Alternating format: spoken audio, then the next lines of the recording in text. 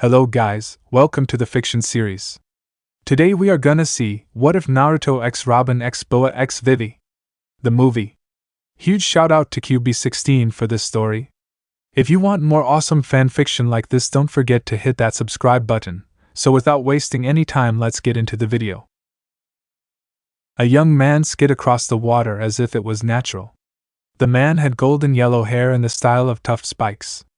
His clothing consisted of a long orange captain's coat, and beneath it he wore a white shirt and had a black sash around his waist. He also wore black pants and black sea boots. In his vision appeared that of a ship. A pirate ship. The Jolly Roger on the black rag gave it away. With a mighty leap he propelled himself the rest of the way until he landed on top of the ship. Under his arms he carried two things. One was a small chest, birch with the steel makings that accompanied it, and under his right arm he carried a large tome with ineligible writing. "Where's your captain?" the man asked, a sharp look in his cerulean blue eyes. Outrage was the answer to his arrival and demand. The crewmen boasting they were the crew of Iron Mace Alvida and such. Several of them attacked him, charging with blades, and in a flash the charging crewmen collapsed, sparking fear and paranoia among them. One of them cried out and told someone by the name of Kobe to go get the captain. For a fleeting moment Naruto's eyes found this Kobe, a boy, no older than 14 with pink hair and glasses. Must be a cabin boy, he thought as the boy retreated to get their captain. Soon the boy returned with a morbidly obese woman with long wavy black hair and freckles on her cheeks. She wore a white cowgirl hat with a large red plume, a red neckerchief, a pink plaid shirt, and a blue captain's coat over it with the arms and the sleeves unlike many other pirates. She wore rings on her fingers and her long sharp fingernails had red polish. She also had a purple sash with a flintlock pistol tucked in it and some jewels. She also wore graying pants and red shoes with gold buckles. "You have some brass ones sneaking aboard my ship and making demands. I'll teach you what happens when you screw with me." Alvida hoisted her heavy iron mace high, and with a swing brought it down towards the blonde. The blonde twisted to the side as the iron mace collided with the wooden structure, causing a small hole as wood splattered from the force of the attack. The blonde leaped forward and with one solid blow to the temple sent Alvida flying back and crashing into the back of the ship. The crew stared on, mouth agape and in shock. The blonde man proceeded to yawn and stretch. "I think I'll catch a nap. Wake me if your captain comes too," he remarked as he went to where Alvida's private quarters were. As expected, the captain's room was large, at least large for a small ship like this, with a king-size bed and the best of what looked like furniture stolen from various ships. The different qualities and appearances indicated whatever pillaged goods were no longer needed were simply sold off. He rested for a good while before the sound of the door being heavily smashed down woke him from his peaceful daze. He sat up from the chair and was quick to observe the bruise on Alvida's cheek. An injury he didn't cause. "Ran into trouble, I see," the blonde remarked as he stood up from the chair. He was quick to notice Alvida tightened her grip on the mace. "What the hell do you want? Who are ya?" Her eyes were filled with fury. The pirate captain was not having a good day. "I suppose the rumors I heard were true. East Blue is rather self-contained. A nice place for me to start over and rebuild my forces," the blonde noted to himself out loud. He raised his hand as he stopped Alvida's attack with ease. The feat caused the pirate captain to step backwards in shock. "Not another one of you freaks," she whispered out. "First the Straw Hat Boy and now you." Naruto craned his head slightly. "Straw Hat?" He turned his full attention to her. "I wouldn't say I am a freak, Miss Alvida, just a man on a mission. A man seeking opportunities. Allow me to introduce myself. Naruto Uzumaki, the lot of you know me as the Terror of the Seas among my other titles." Alvida's body went pale from shock at this revelation. You're dead," she whispered. Anywhere the world government could splatter their propaganda, they advertised the death of the infamous pirate. The pirate who was well on his way of usurping one of the 4 emperor seats, killed by agents of the world government. As you can see, the world government has jumped the gun in declaring me dead. And the reason why I am here is because I have been looking for you. Me? What do you want with me?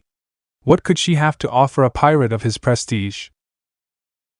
While my death has been exaggeration, the damage to my reputation and forces were not. Those who did not manage to get away were captured. I lack both the money and the manpower to risk a siege, so I need to build myself back up. What better place than to start at East Blue and with those who have experience? Producing a key, Naruto opened the chest he had been lugging with him to show a devil fruit. An Akuma no Mi, Alvida whispered. She had heard of these legendary cursed items, but this was the first time she was seeing one up close. The Sub no Mi, the ability to smooth. It makes the user immune to conventional weapons as well as weapons such as bladed and regular firearms. Seastone or those with haki would be necessary to hurt the users. As you can see, it's a useful fruit in itself, but it works better when combined with the Eater's feats, seeing as devil fruits only alter irregularities or disadvantages of the user while keeping their advantages. In other words, a user with incredible stout strength has the power to bring out its potential better than an ordinary fighter. Alvida didn't know what to say. Could she even refuse? Against a pirate of this caliber, she wouldn't stand a chance if she angered him. Naruto continued, smoothing over the offer. The book under his arm glowed faintly. What I need is to bolster my numbers and strong captains under my command. If it's prestige you desire or power, I can help you get both. Also, if rumors of the Sub no Mi are true, it might slide that weight right off you. The moment he had finished that statement, Alvida had already taken a large chunk of the fruit. Naruto looked into the chest and brought out a stack of flyers. He took Alvida's poster and crumpled it up as he glanced over the next one. With one subordinate to his cause and with her crew, that meant it was time to collect the next one. Kuro. Give me that damn fruit, were the words Iron Mace Alvida had hissed before her life changed forever. Without hesitation, she bit into it.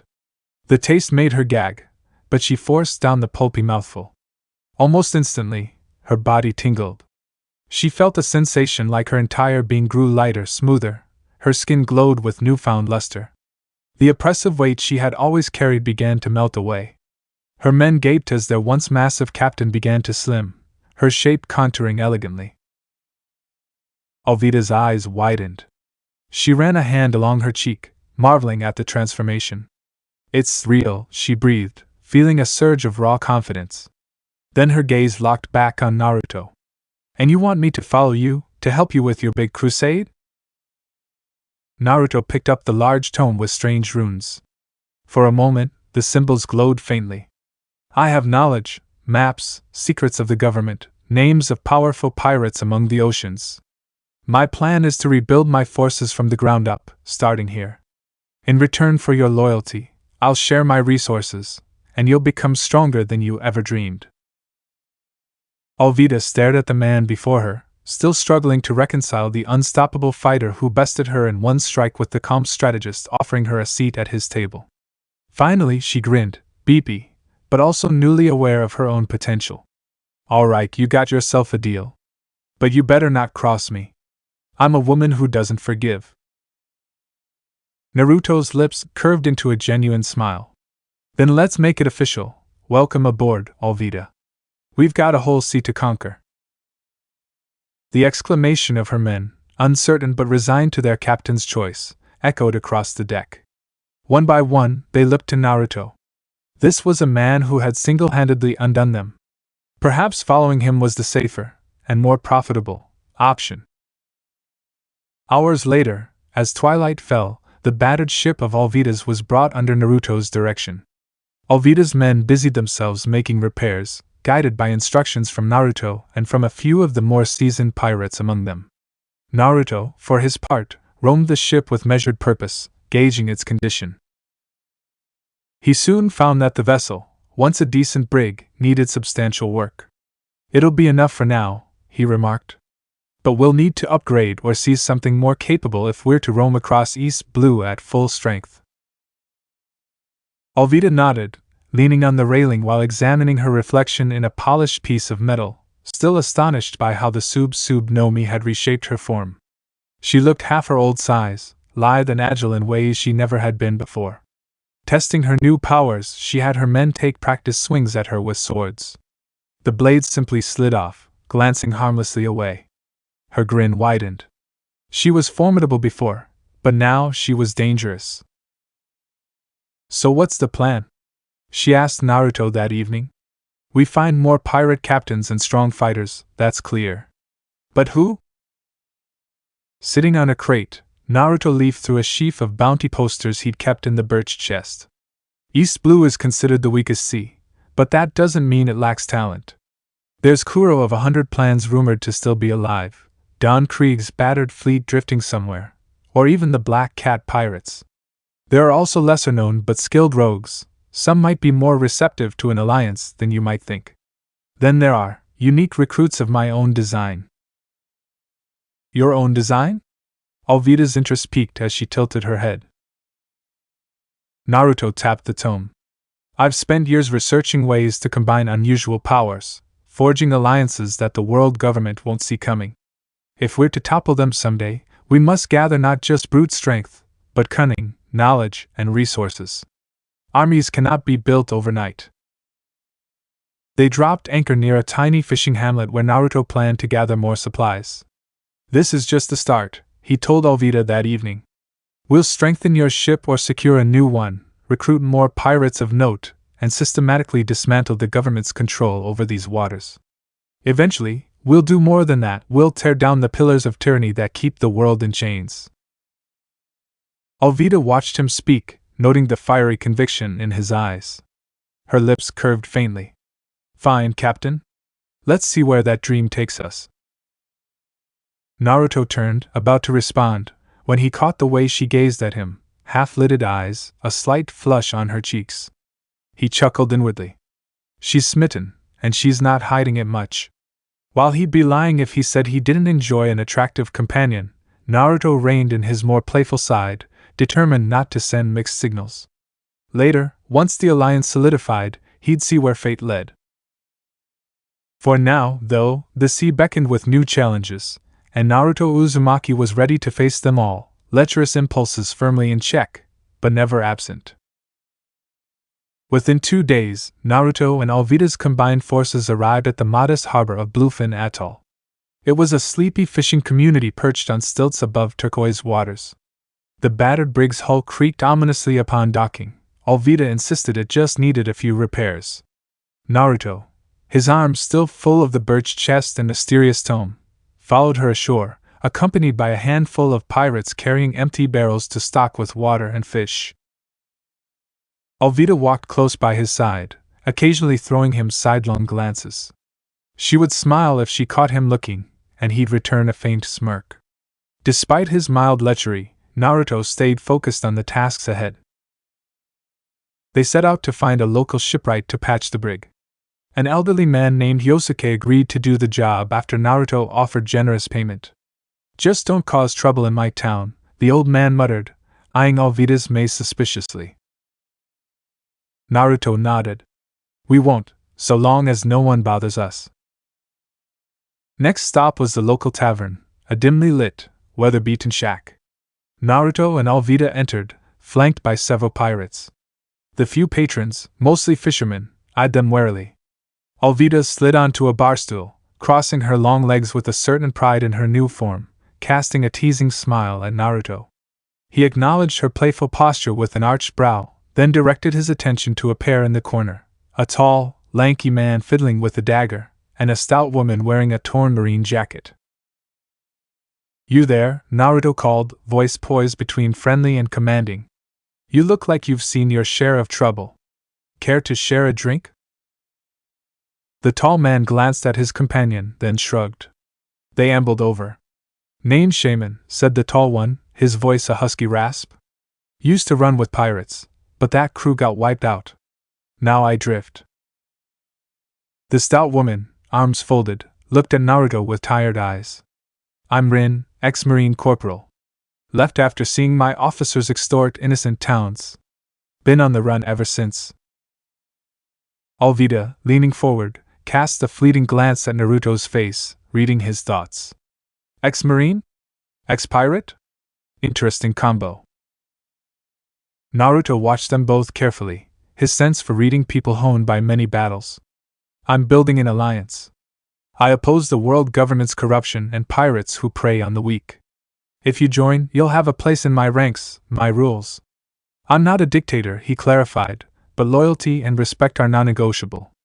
I have big goals, and I expect the crew to share them or step aside. Shaman let out a low chuckle. Bold, but you don't sound like most pirates. Rin's lips quirked. I've heard whispers of your real identity. Naruto Uzumaki, the ghost. Or so they say. Alvida tapped her mug. He's the real deal, she purred. Flatten me in one blow. Don't underestimate him. Naruto gave her a sidelong look, noting the unspoken admiration in her tone. For a moment, he allowed a grin to surface. If you're interested in fighting a bigger fight, come with us. We'll pay fairly and protect our own. But cross me, and I'll show no mercy. Shaman and Rin exchanged glances. They'd both been burned by betrayal in the past. Still, the possibility of belonging to a cause intrigued them. What do we have to lose? Shaman asked rhetorically. Then he eyed Naruto.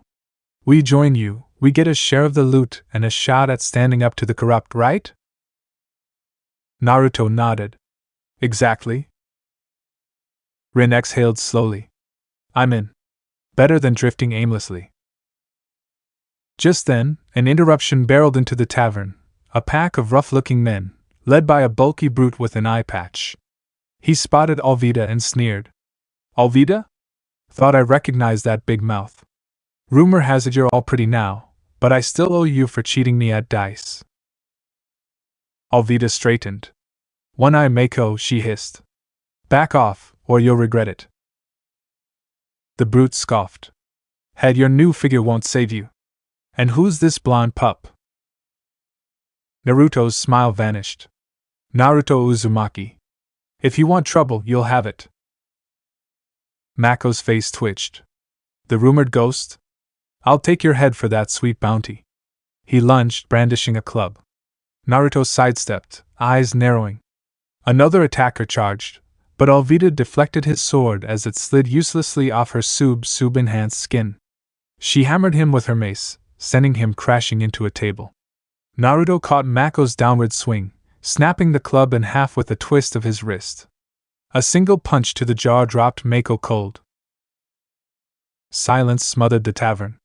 Naruto tossed some coin to the bartender to cover damages and turned back to Shaman and Rin. We sail tomorrow morning. Meet us at the docks if you're in. They left the tavern amid gaping onlookers. Alvida walked close, smirking at Naruto. You're so commanding when you're serious, she teased, pressing a bit closer than necessary. It's no wonder lesser pirates kneel. Naruto gave her a side grin. He felt a stir of amusement at her flirtation. He couldn't deny he liked the attention from a strong woman, but discipline reigned. I have to be commanding. This is a serious cause. Don't think I'm ignoring your interest, he added quietly, letting her see a hint of his appreciation, but there's a time and place for everything. Her cheeks warmed at the subtle acknowledgement. Fair enough. They returned to the brig, the moon overhead painting silver patterns on the sea. Below decks, Alvida gave orders to her men, ensuring they respected Naruto's leadership.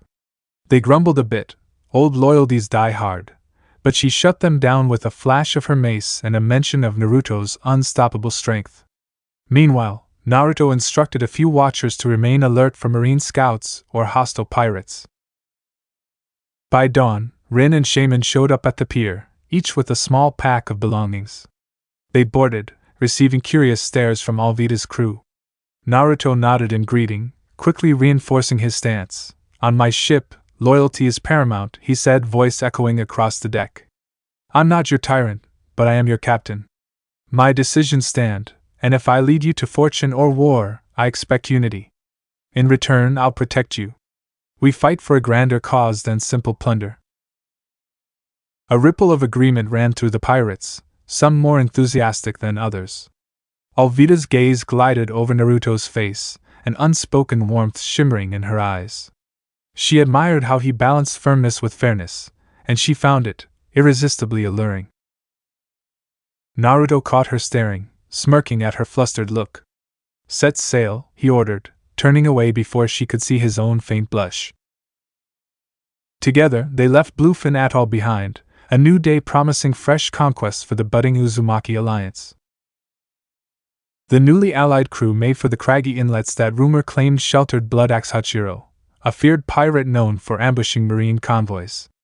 Alvida scowled at the memory of Hachiro's cruelty. She'd once lost cargo to him. Naruto surmised that if such a ruthless man could be swayed, he might become a potent asset, or at least be neutralized. The approach was fraught with hidden reefs and jagged stone pillars jutting from the sea. Naruto had only a basic map and the combined knowledge of Alvida's helmsman. In the gloom of overcast skies, the brig navigated carefully. Rin stood at the port rail with a spyglass. "There," she whispered. A schooner rocked in the shadow of a towering rock face. A black flag bearing a crimson axe whipped in the breeze. "Ready the grappling hooks," Naruto instructed. "No sudden hostility unless they start it." Sure enough, Hachiro's men spotted the brig, raising alarms. As Naruto's vessel drew close, the imposing figure of Blood Axe Hachiro appeared at the schooner's side. A tall, scarred man with wild hair, hauling a monstrous axe stained dark with either rust or old blood. "State your business," Hachiro roared, muscles rippling under ragged clothes. Naruto stood tall at the brig's railing. "Naruto Uzumaki, come to offer an alliance." Hachiro spat overboard. "Alliances are for the weak. I take what I want." Alvida, at Naruto's side, rolled her eyes. "This one's got an even bigger head than me." Naruto raised his voice. "If you insist on fighting, so be it. But I have a proposition: join me, share spoils, and stand under my banner. This is bigger than East Blue."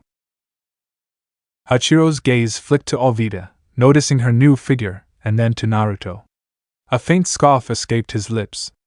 "The ghost who was supposed to be dead? Ha! Show me reason not to kill you." Naruto exhaled.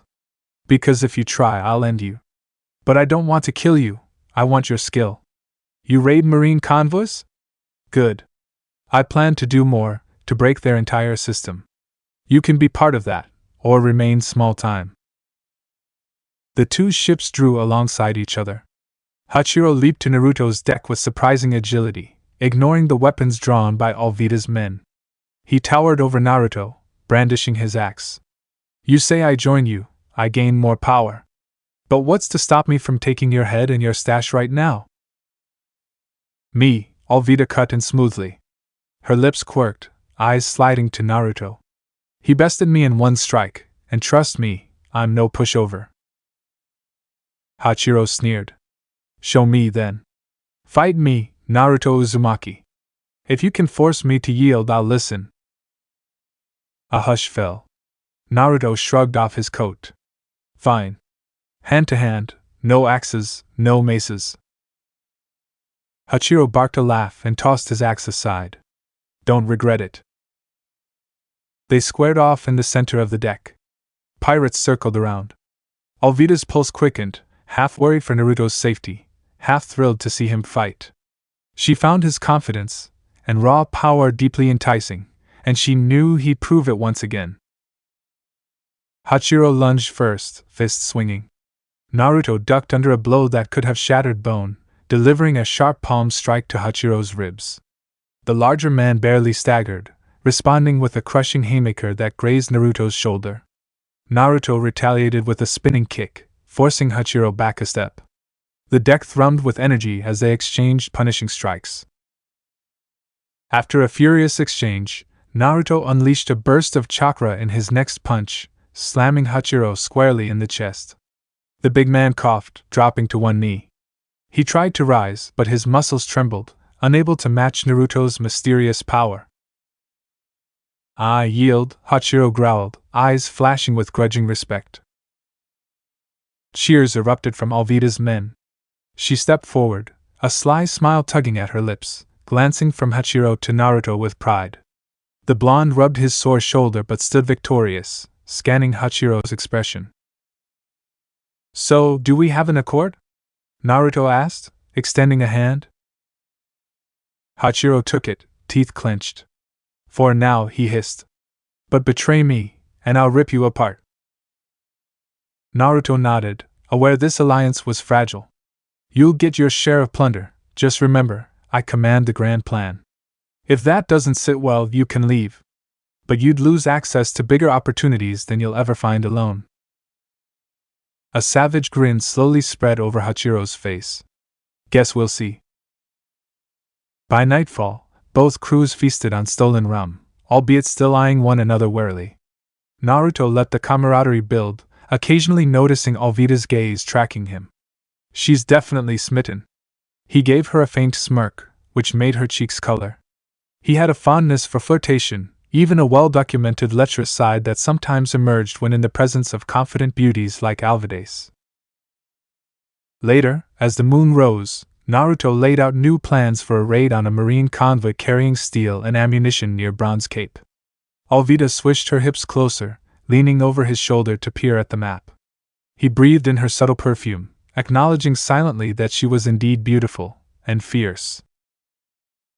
Everything all right, Captain? She purred softly, so only he could hear. Naruto glanced at her from the corner of his eye. Yes. Just ensuring the plan's foolproof.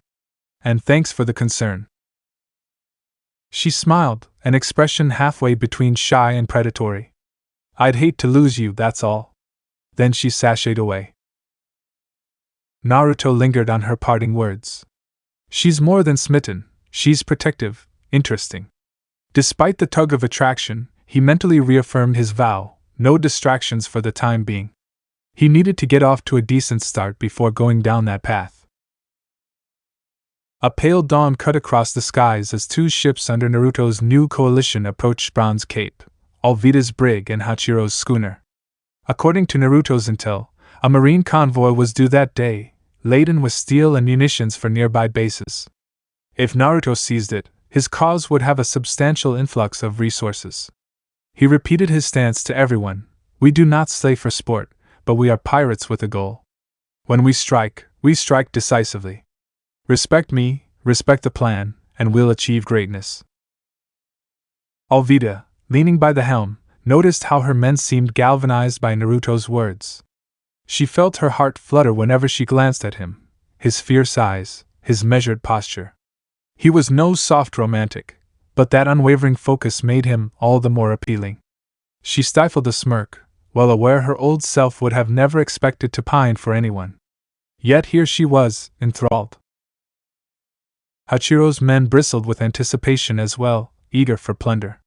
Naruto carefully assigned teams. Shore team, Alvida, Shaman, and some of Alvida's men. They would sneak onto the cape, cause a ruckus at the marine depot, and pin down the guards. Sea team, Naruto, Hachiro, Rin, and Hachiro's top fighters. They would board the marine ships once the shore defenders were distracted. Remember, I'm not a dictator, Naruto reiterated, but if I give an order in battle, you follow it. Understood? A chorus of "Aye, Captain" rang out. Alvida's eyes glowed with admiration, though she masked it behind a confident grin. Alvida's rowboats touched the beach in the early morning fog. She advanced with Shaman along a cliff path, disabling watchtowers one by one. Alvida's newly svelte form let her move silently, and her sub power deflected stray bayonet thrusts with ease. More than once, Shaman marveled at how calm she remained under fire. He attributed it partly to her new figure, partly to the light in her eyes whenever she mentioned Naruto. Clashes erupted around the marine depot. Gunfire and shouting shattered the morning quiet. Alvida's men pinned Marines behind cargo crates, preventing them from reinforcing the ships. With bullets ricocheting off her skin, Alvida felt untouchable, save for that swirl of excitement she felt at the idea of returning to Naruto's side, triumphant. Meanwhile, out at sea, Naruto and Hachiro launched a boarding action. Grappling hooks secured them to the largest marine transport. Naruto leaped aboard, fists flying. Marine defenders fell before he could do lethal harm. Hachiro roared with savage joy, swinging his crimson-stained axe through the ranks. Rin provided cover fire with her rifle, picking off sharpshooters. They captured the transport in minutes, turning its cannons on the other marine vessels. The second marine ship fired back, but Naruto's brilliant maneuver shielded them behind the transport's bulk. Soon, the defending marines buckled under the Alliance's onslaught. Victory! Hachiro bellowed, though his gaze lingered on Naruto, grudgingly respectful of the strategic mind behind it all. Even Rin, once a marine, felt a surge of pride. This was a leadership she could follow. Just as the last resistance aboard the transport collapsed, the sudden thunder of cannons tore through the chaos. An unexpected marine warship emerged from behind a rocky outcropping, pounding Hachiro's schooner with devastating fire. Splinters flew, the schooner listing dangerously. Naruto cursed. Reinforcements. We didn't scout thoroughly enough. He rallied his men to protect the transport, while ordering a retreat. Grab what you can, we're leaving! Alvida's team, receiving the signal from a rowboat, disengaged and scrambled back to the ships. They had inflicted heavy damage on the marine depot but saw the warship bearing down. Under Naruto's direction, they used the captured transport as cover, sails at full. The battered schooner sank, Hachiro howling in rage, but Naruto clapped him on the shoulder, promising retribution. At last, the Alliance escaped into open sea, crates of steel and munitions aboard, though at the cost of Hachiro's prized vessel. Alvida, panting from exertion, glanced at Naruto across the deck. Their eyes locked, and she gave him a slight nod, relief and admiration mingling in her gaze. They lost men, true, but the mission was a success. Naruto exhaled, scanning the horizon. We did it, but next time, we must be even smarter. The government will retaliate. Alvida stepped closer, letting her hand graze Naruto's arm, just a moment of contact. She spoke softly, "You're a real devil in a fight, Captain. But a good man." Her eyes sparkled with unspoken affection. Naruto chuckled, ignoring the pang of attraction that flared at her touch. Focus on the victory, Alvida. Plenty of battles ahead.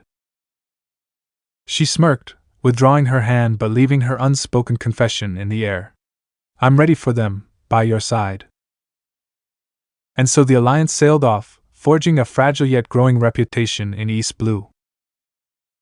On the third morning after the raid on Brown's Cape, Naruto and his allies steered their newly acquired marine transport, its marine insignia hastily torn away, toward a more secluded region of East Blue. Alvida's once ramshackle brig followed behind, repaired enough to sail in tandem. They were accompanied by smaller vessels, their alliance swelling with stragglers drawn to Naruto's rising influence. That warship from the Cape might still be hunting us, Naruto warned, addressing the entire deck. We need a base to stash these munitions, forge alliances, and keep a low profile until we're ready to strike again. A hush fell over the pirates. Alvida stood near the helm, wearing a rare thoughtful expression. She toyed idly with a lock of her newly silky hair, but her attention remained fixed on Naruto. Despite her outward calm, she burned with a desire to prove herself worthy of his admiration. She knew the man had a roving eye for beautiful women, she'd seen glimpses of that mischievous glint, but he refused to let it be a weakness. She respected him all the more for that restraint. How about Ikaku Atoll? Hachiro suggested. I hear it's got some ancient fortress. Naruto stepped to a makeshift table littered with maps, scanning them quickly. Yes, if the rumors hold, there's an old fortress we could repair. We make it our fortress. Everyone else, do not forget, I have goals far beyond East Blue. If you stay, you must be ready to fight for the cause. Rin and Shaman, standing to one side, nodded in agreement. They had witnessed how Naruto balanced compassion with authority, and it compelled them to remain loyal.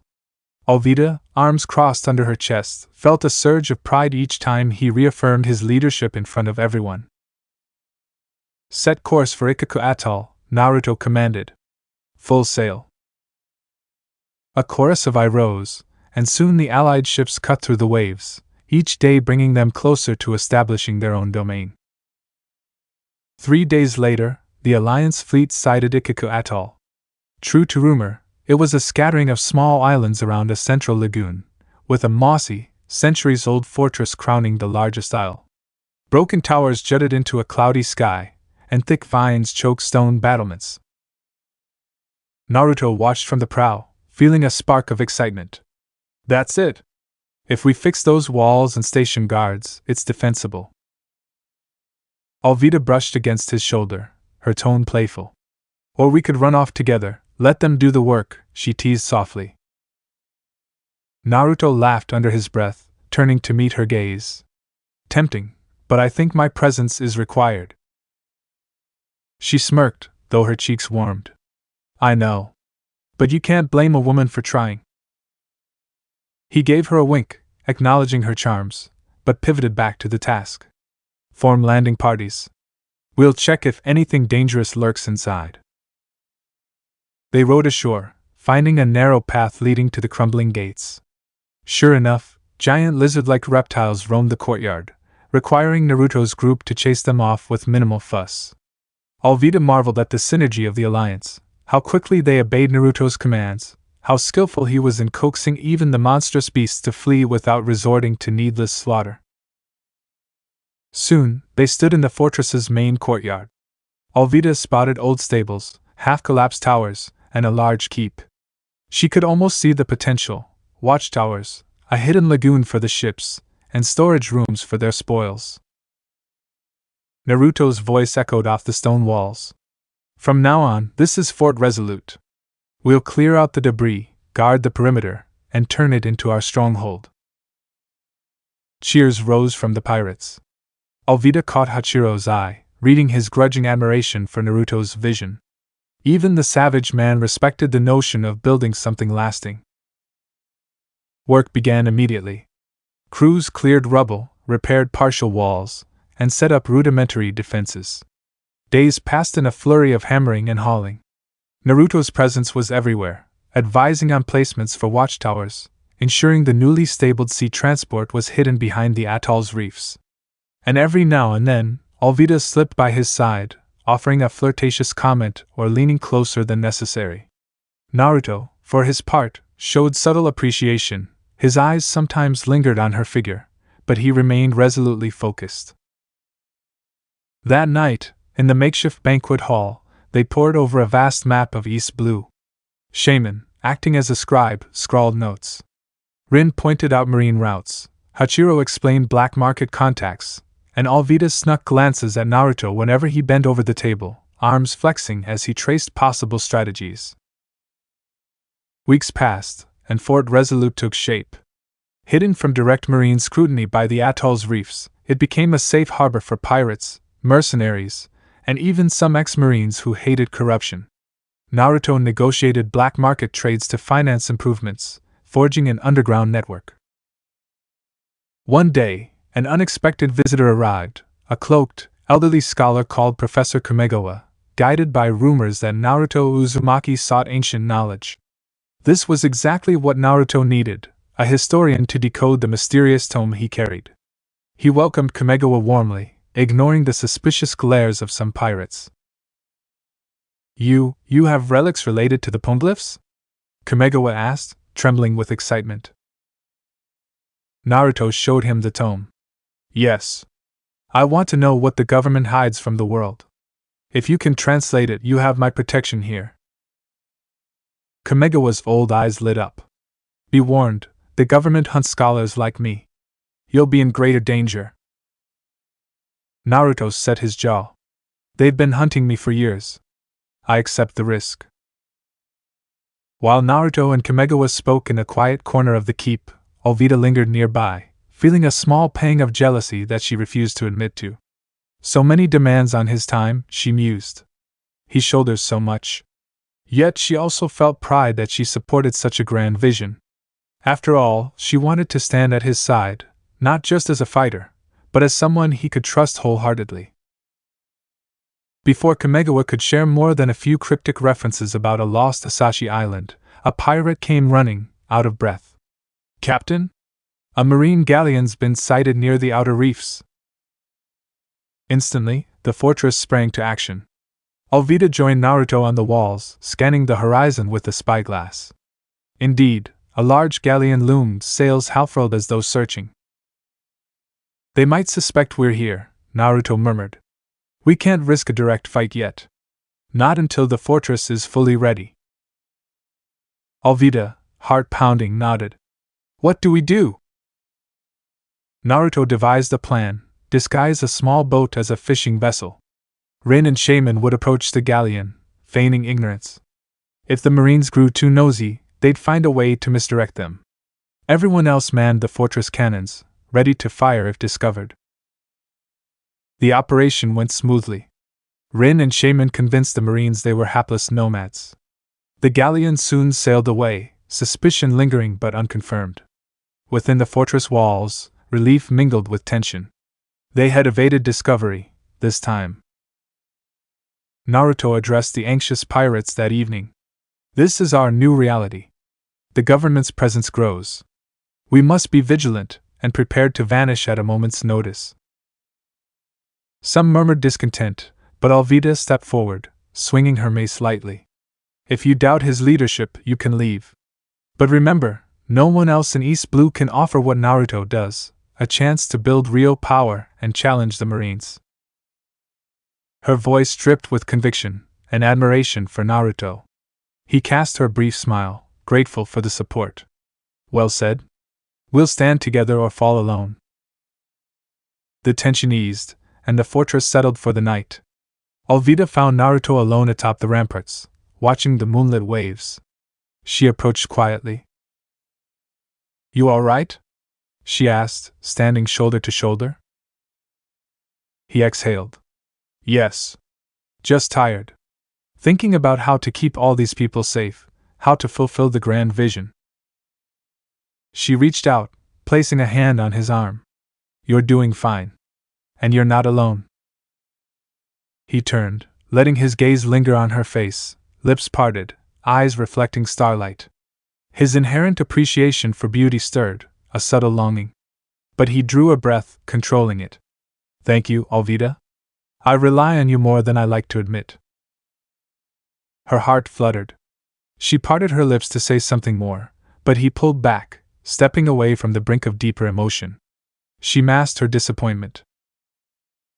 Fort Resolute thrived over the coming days. A network of sympathetic smugglers kept the Alliance supplied. Kamegawa diligently decoded the tome, hinting at the existence of undersea ruins connected to the poneglyphs. Naruto, Alvida, Hachiro, and their associates trained daily, preparing for the inevitable Marine crackdown. Then came rumors that the 67th Marine Branch planned to blockade East Blue's shipping lanes, effectively strangling any pirate strongholds. Alvida stood among the crowd in Fort Resolute's courtyard as Naruto spelled out the plan. "We can't allow the 67th to trap us. We'll strike their fortress, Port Justice, and free the ships they've seized. But be warned, this is no small outpost. We go in fast, cause havoc, and retreat." A hush followed. Hachiro grinned dangerously, thirsting for revenge after losing his schooner. Alvida tightened her grip on her mace. She locked eyes with Naruto, impressed by his unwavering resolve. Beneath that steely determination, she sensed a flicker of excitement he always got before a battle. He might be disciplined, but he loved a good fight, and he adored the challenge of outmaneuvering the government. She bit her lip, that admiration fueling her infatuation further. 2 nights later, the Alliance fleet closed in on Port Justice under cover of darkness. The fortress rose above a rocky promontory, massive gates protecting a bustling harbor. Alvida's pulse hammered. She joined Naruto on the deck of the stolen marine transport, now their flagship. He offered her a reassuring nod, which she interpreted as "stay close, but keep your head in the mission." She inhaled, steadying her nerves. If her heart raced from more than just the looming battle, she refused to admit it. She would fight for his cause, show him she was worthy of his notice. The moment the Alliance ships approached Port Justice, hidden cliff batteries roared to life. Cannon fire rained upon them. One allied ship sank immediately, sending pirates into the black water. Alvida cursed. She had been assigned to storm the eastern side but found her landing boat pinned by relentless rifle fire. On the fortress ramparts, marine officers barked orders, their ambush carefully planned. The alliance reeled, trying to retaliate. Naruto, seeing the massacre from the main deck, realized they had walked into a well-prepared trap. "Retreat if you can't breach them," he ordered through a speaking trumpet. Yet a storm of cannonballs pounded the sea, blocking easy escape. With no other option, Alvida led her men ashore on the east flank, scaling the cliffs amid hissing bullets. Gritting her teeth, she battered aside any marine who ventured close, her sub powers deflecting bayonets. "Push forward, then back off once we sabotage the docks," she hollered. At her side, Shaman tried to neutralize snipers, but the machine gun nest near a watchtower pinned them down. They took cover behind crates, pinned by the rattling storm of bullets. In the harbor, Naruto and Hachiro fought desperately. They disabled one set of cliff cannons but found themselves outnumbered. The entire fortress erupted in chaos. Fires raged, ships sank, and men screamed. Alvida glimpsed Naruto sprinting across the docks, weaving amid splintered wood. Relief mingled with awe. He was unstoppable. Rage simmered within her. How dare the Marines do this to us? She would follow him to the ends of the earth, but the cost in lives weighed on her. Finally, Naruto disabled the machine gun nest personally, allowing Alvida's group to break free.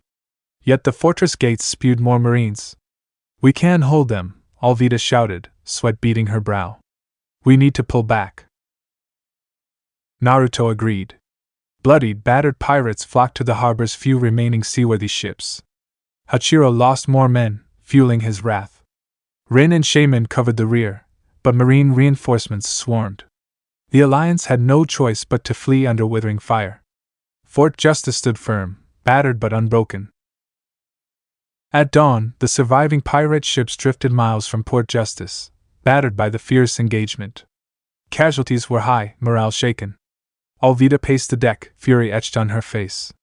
She wanted vengeance for this ambush. More than that, she worried about Naruto's burden. He'll blame himself. Sure enough, Naruto emerged from below decks, shoulders tense. He gazed at the horizon, face lined with regret and a trace of anger. Alvida approached quietly, letting her hand rest on his arm. "It's not your fault," she said softly. He exhaled, running a hand through his golden hair. "I underestimated them, and people died." Her grip tightened. "We all knew the risks." He turned, meeting her eyes. For a moment, raw emotion flickered, as though he might break his carefully maintained reserve. Alvida's heart thundered. She almost dared to lean in closer, to risk crossing that line.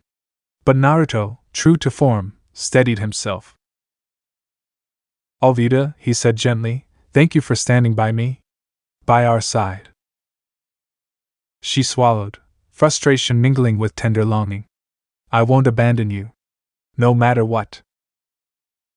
A faint smile curled his lips, overshadowed by the grim events of the night. "I know." Summoning the Alliance's battered leaders, Naruto spoke to them on a barren strip of beach. "We lost this battle, but not the war. We have Fort Resolute to fall back on. We'll heal, rebuild, and come back stronger." A few pirates argued that it was impossible to stand against the government. Others, fired by fury, demanded immediate retaliation.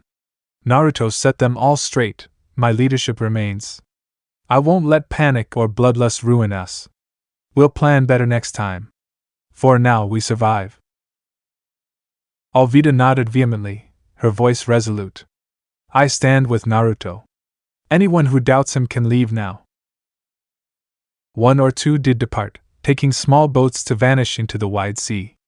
The majority, though shaken, remained. Hachiro spat, still seething over losing more men. But he recognized Naruto's unwavering sense of duty and stayed, grudgingly admitting, "I won't forget how you fought beside us." With that, the pirates prepared their battered vessels. The horizon beckoned them back to Fort Resolute, and though they carry new scars, Their unity had been tested and not fully broken. At Fort Resolute, time seemed to slow as the survivors tended to the wounded, repaired the ships, and licked their wounds from the failed assault on Port Justice. The once ruined fortress stood as both a testament to their ambition and a reminder of the forces arrayed against them. Professor Kamegawa continued his work on the tome, occasionally offering leads about hidden temples or references to ancient weapons. Everyone knew the battles to come would be harder still. Naruto Uzumaki remained the Alliance's heart. His dual nature, equal parts dreamer and warrior, sustained them when hope wavered. He never forced anyone to stay, but those who remained did so out of respect for his grand goal: topple the corrupt world government and pave the way for a freer world. Alvida, her own spirit kindled by admiration and desire, stayed at his side. She teased him about his mild lechery, aware that every time he caught her eye, a flicker of interest sparked, but he kept it tightly reined. Their connection, unspoken and incomplete, pulsed with unspent electricity. One day, she told herself in quiet moments, he might let that guard down. The sun dipped below the horizon, casting long purple streaks across the waters surrounding Fort Resolute. Perched atop the craggy atoll, the fortress bustled with grim energy. Days had passed since the ill-fated assault on Port Justice, leaving Naruto Uzumaki's alliance battered yet unbroken. By day, they rebuilt the fortress walls, and by night, they planned the next steps to weaken the world government's hold on East Blue. Naruto stood near the edge of the courtyard, arms folded, watching sparks fly from the blacksmith's forge. A contingent of new arrivals, former pirates, disillusioned marines, and mercenary sailors, had trickled in, drawn by the legend of Naruto's improbable survival and his promise of a world free from tyranny. Hammers clanged in the warm night air as one of these newcomers, a talented blacksmith named Chan from a distant island, worked on reforging broken blades. Through the flicker of torchlight, Naruto glimpsed Alvida. Svelte and confident, she wore a new black jacket with the Alliance's swirling insignia on one sleeve. Catching Naruto's eye, she approached, her hips swaying. A faint smirk danced on her lips. "Still up?" she teased, standing close enough for him to smell the faint perfume that clung to her hair. "You've been pacing these walls all evening." Naruto shrugged, letting his gaze linger on her. Hard to rest when the Marines could strike at any moment. He added quieter, "But maybe I need a break." He grinned in a way Alvida recognized, the subtle tilt of his head that revealed his playful side. She tilted her face upward, stepping nearer, feeling her heart flutter. Naruto had grown steadily warmer toward her. The tensions of war had not extinguished their mutual spark.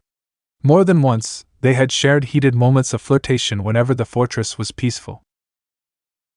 "I hear the new recruits are forming a crew of their own," Alvida said, forcing herself to focus. "Swearing loyalty to you, of course." "Good," Naruto replied, "but let's not forget, we treat them fairly, they do the same, but I still expect respect and loyalty." Alvida chuckled softly. "They see how you handle everything. They'd be fools not to follow." Her gaze trailed over his chest, lingering on the collar of his orange coat. "You're a rare breed, Naruto." A flicker of amusement lit his cerulean eyes. "Rare enough that a certain captain can't keep her distance?" Alvida's cheeks warmed. "If I didn't know your reputation, I'd say you were beepy. But you're mostly right." She allowed a wry smile, recollecting how easily he had defeated her in their first meeting, and how that had stirred an unshakable fascination in her. Naruto's expression softened. He rested a hand gently on her hip, letting the moment linger. "I admire your strength, Alvida, and I'm grateful for your loyalty. But we've got eyes on us." Indeed, a few onlookers cast covert glances at the pair. Word had spread that the once feared Iron Mace Alvida and the legendary dead man Naruto shared a flirtatious bond. Neither one denied it. Alvida rolled her eyes.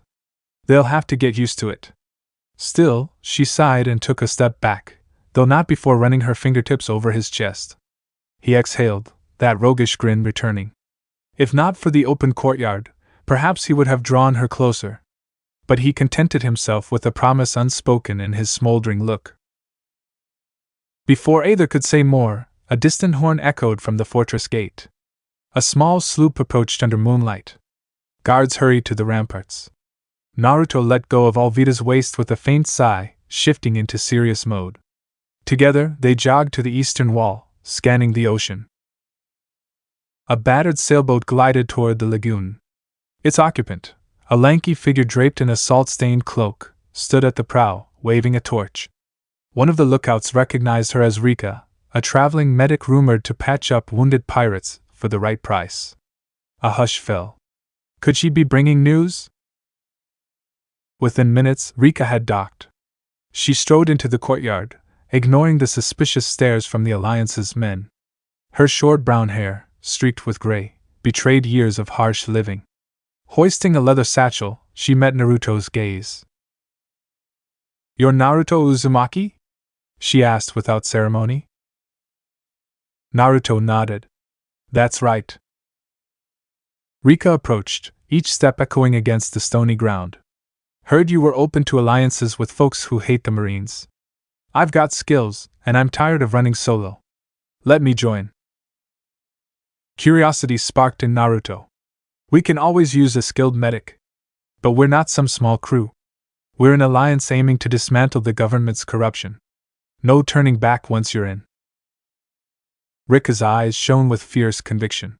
"They killed my son. I'll do anything to see them toppled." Alvida frowned. So many had joined the cause out of personal vengeance. She laid a hand on Naruto's shoulder, a subtle reminder of caution. But Naruto dipped his head, empathy clear. "I'm sorry. You'll find a place here. If you stand by us, we stand by you." Rika inhaled, relief and sorrow mingling. "Thank you." Like that, a new ally was forged. Naruto introduced her to Rin and Shaman, who had become de facto coordinators of new arrivals. Alvida remained silent, aware of the heartbreak behind Rika's eyes but respectful enough not to pry. The fortress's glow pressed back the night, and the promise of alliances, old and new, flickered in every corner. Elsewhere in the courtyard, a group of new recruits huddled around a bonfire. One was a tall woman with wild red hair and tattoos along her arms. Another, a slender man with a hawk-like stare. They whispered about Naruto's power, and rumored willingness to flirt with any woman who interested him. Some viewed it with skepticism, others with sly amusement. Regardless, it only elevated his mystique. As the night progressed, Naruto circulated among the newcomers, offering personal welcomes. He had discovered that forging trust often required sincere effort, listening to their stories, acknowledging their grief or ambitions. Once or twice, his roving eye spotted an attractive woman among the new arrivals, and if she returned his glance, he did not hesitate to wink or exchange light banter. Some giggled or smirked, others rolled their eyes.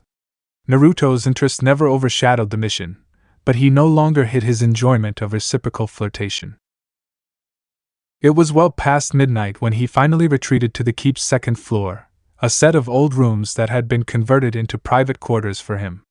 Alvida had her own room just down the corridor, occasionally dropping by under the pretext of discussing strategy. He smiled at the memory of their last late-night chat, which had ended with a gentle kiss that left them both breathless. They had parted before losing themselves entirely, each aware that tomorrow brought new perils. Still, it was comforting to know that, in a world brimming with danger, he could find fleeting warmth in the arms of a strong, beautiful ally. Latching his door, Naruto sank onto the threadbare cot, mind already turning to the next day's plans, forging black market deals, dispatching scouts to gather intel, and seeking more specialized recruits.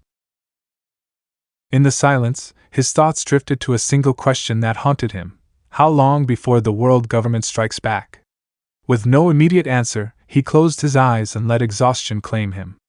Tomorrow, the fortress would bustle anew, and the next phase of Naruto Uzumaki's East Blue Revolution would begin in earnest.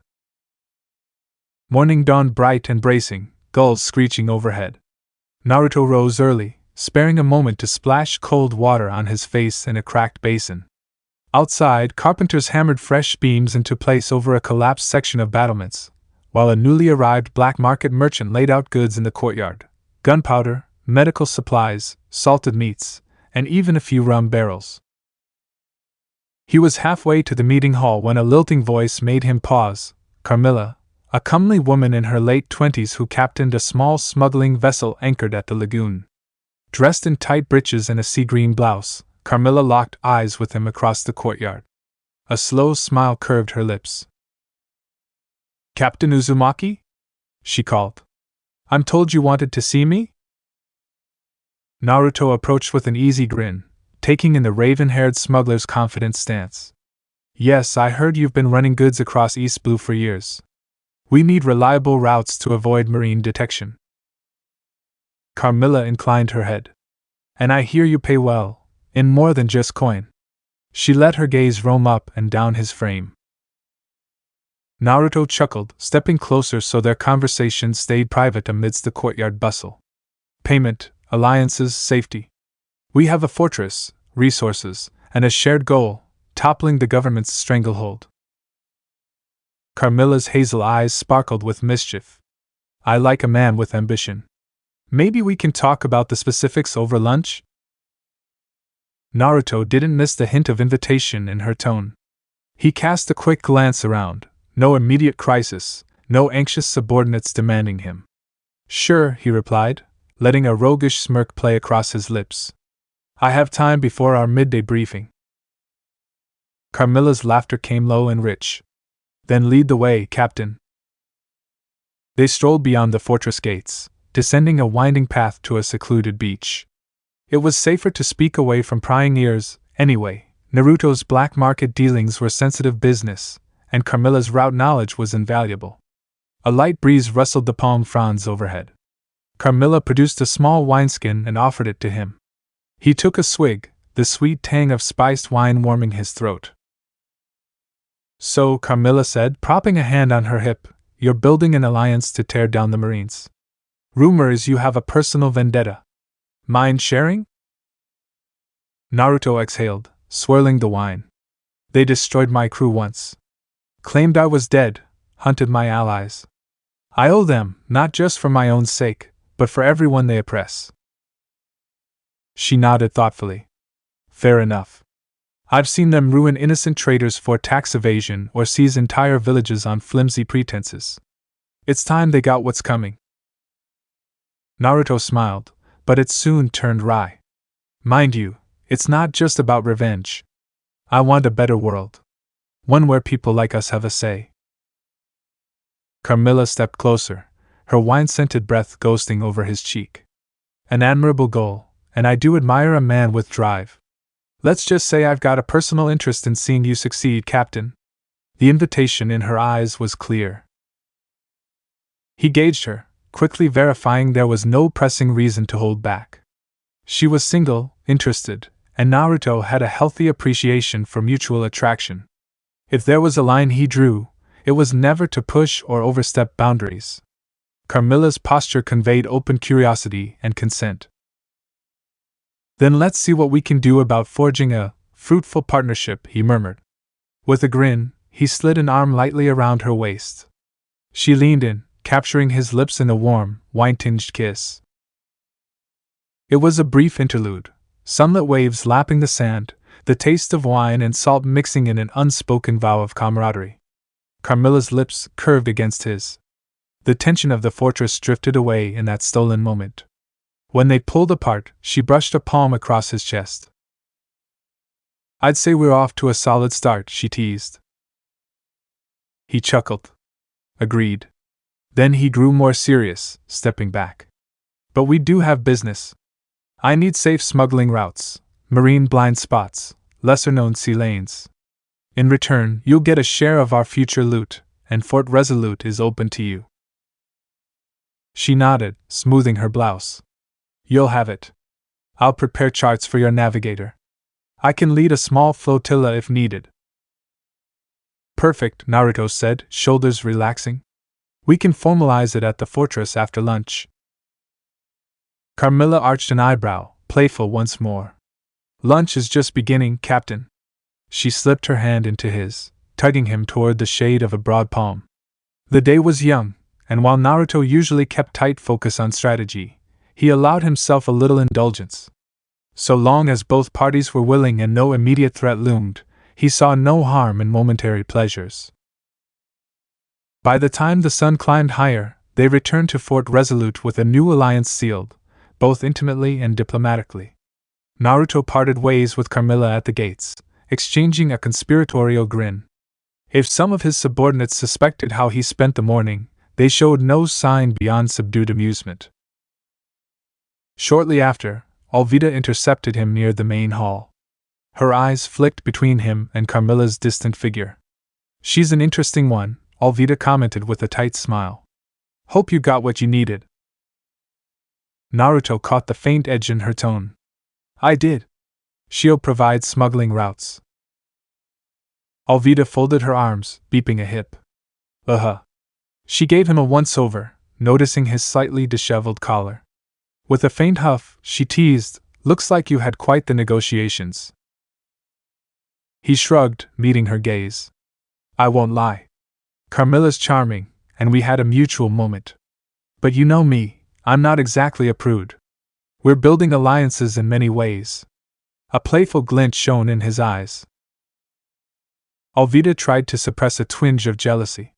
She'd known Naruto was open with his affections, but seeing it so soon after their own private flirtation stung a bit. Still, she forced a smirk. "As long as it's mutual, no problem by me. Just don't get too distracted. We've got a meeting soon." He caught her hand, giving it a light squeeze. "Alvida, you know you're special to me." He softened his voice. "But I can't close myself off from other connections either. This is who I am, and I never hide that." A flicker of acceptance passed over her face. "Yeah, I know. I'll keep you on task if you get carried away." Naruto laughed. "I appreciate it. Now, let's gather the others." With that, they headed inside, where Hachiro, Rin, Shaman, Carmilla, and other key figures had convened to review the fortress's progress. The meeting was all business, discussion of new watchtowers, potential marine infiltration, and channels for selling the captured steel. Despite the tension, Naruto led with unwavering confidence. "We stand on the brink of something bigger. With Carmilla's routes, we can outmaneuver the 67th branch. I want to expand our trade network, gather weapons, and approach a few rumored pirate captains who might join us if we show strength." The group murmured in agreement.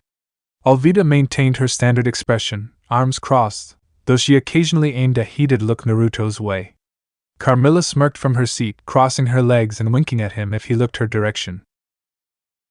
After an hour, the group dispersed, each with tasks: Hachiro to handle black market deals, Rin and Shaman to update training for new recruits, Alvida to oversee fortress defenses, and Carmilla to refine her shipping charts. Naruto exhaled, returning to the courtyard as midday sun beamed overhead. It was a balancing act, forging alliances, building an army, and respecting his own open nature. He refused to hide his interest in others, especially not from those who consented and reciprocated. Just as long as it never blurred the ultimate goal, dethroning a corrupt government that trampled the weak. Scanning the fortress's busy scene, crates stacked, pirates training, new alliances blossoming, Naruto felt an undercurrent of pride. East Blue wouldn't remain the government's playground for much longer. He was certain of it. Fort Resolute's gates opened at dawn 2 days later, allowing a caravan of horse-drawn carts to roll in, laden with supplies. Much of it came from hidden smuggler docks or remote villages sympathetic to Naruto's cause. The fortress thrived on clandestine trade, each new shipment fueling the alliance's growing might. Carmilla's charts had proven accurate, no marine patrols had intercepted them. Naruto inspected the cargo with Alvida and Hachiro. Their progress was undeniable: crates of gunpowder, a variety of blades, fresh produce, and even medical herbs for Rika's apothecary. Naruto's grin widened each time he thought of using these resources to challenge the government. But the lull in marine interference wouldn't last forever. They needed a fresh plan to keep the initiative. At breakfast in the banquet hall, a long wooden table set with bread, salted fish, and strong coffee, Naruto laid out a map of East Blue. Rin, Shaman, Carmilla, and a few newly promoted officers gathered around. Alvida leaned against the far wall, arms folded, though her eyes flicked to Naruto more often than she might admit. Our intel says the government's funneling wealth through a few hidden routes, Naruto began. Don Krieg's old territory is one area, Kuro's rumored holdouts are another. But there's also talk of a vicious bandit faction near Banero Island that's been hitting marine payroll shipments. They're not allied with us, yet. Shaman arched a brow. Banero Island? That place is half volcanic ridges, half lawless wilderness. Even Marines avoid it. Alvida's lips twitched in a sardonic smile. Sounds perfect for forging a new alliance if the bandits are workable. Or removing them if they're a threat. Naruto tapped the map with a calloused finger. I want to see if they'll join us, or at least not stand in our way. If they're amenable, we gain fighters. If they're hostile, we can't leave them behind us. I'll take a small team to Banero, get a sense of their leader. Meanwhile, Carmilla's group will keep running supplies. Carmilla nodded, turning the conversation more personal. Going yourself? You risk too much, Captain. Naruto shrugged, letting his gaze drift over Carmilla. Her midnight black hair was tied in a practical bun this morning. I won't ask my people to do anything I wouldn't. Besides, these bandits might respect direct conversation. Or direct combat if it comes to that. Hachiro pounded a fist on the table. Let me come. I could use some action. And me, Alvida added, pushing off the wall. I'm not letting you wander into a bandit stronghold without backup. Naruto suppressed a smile, noticing her protective tone.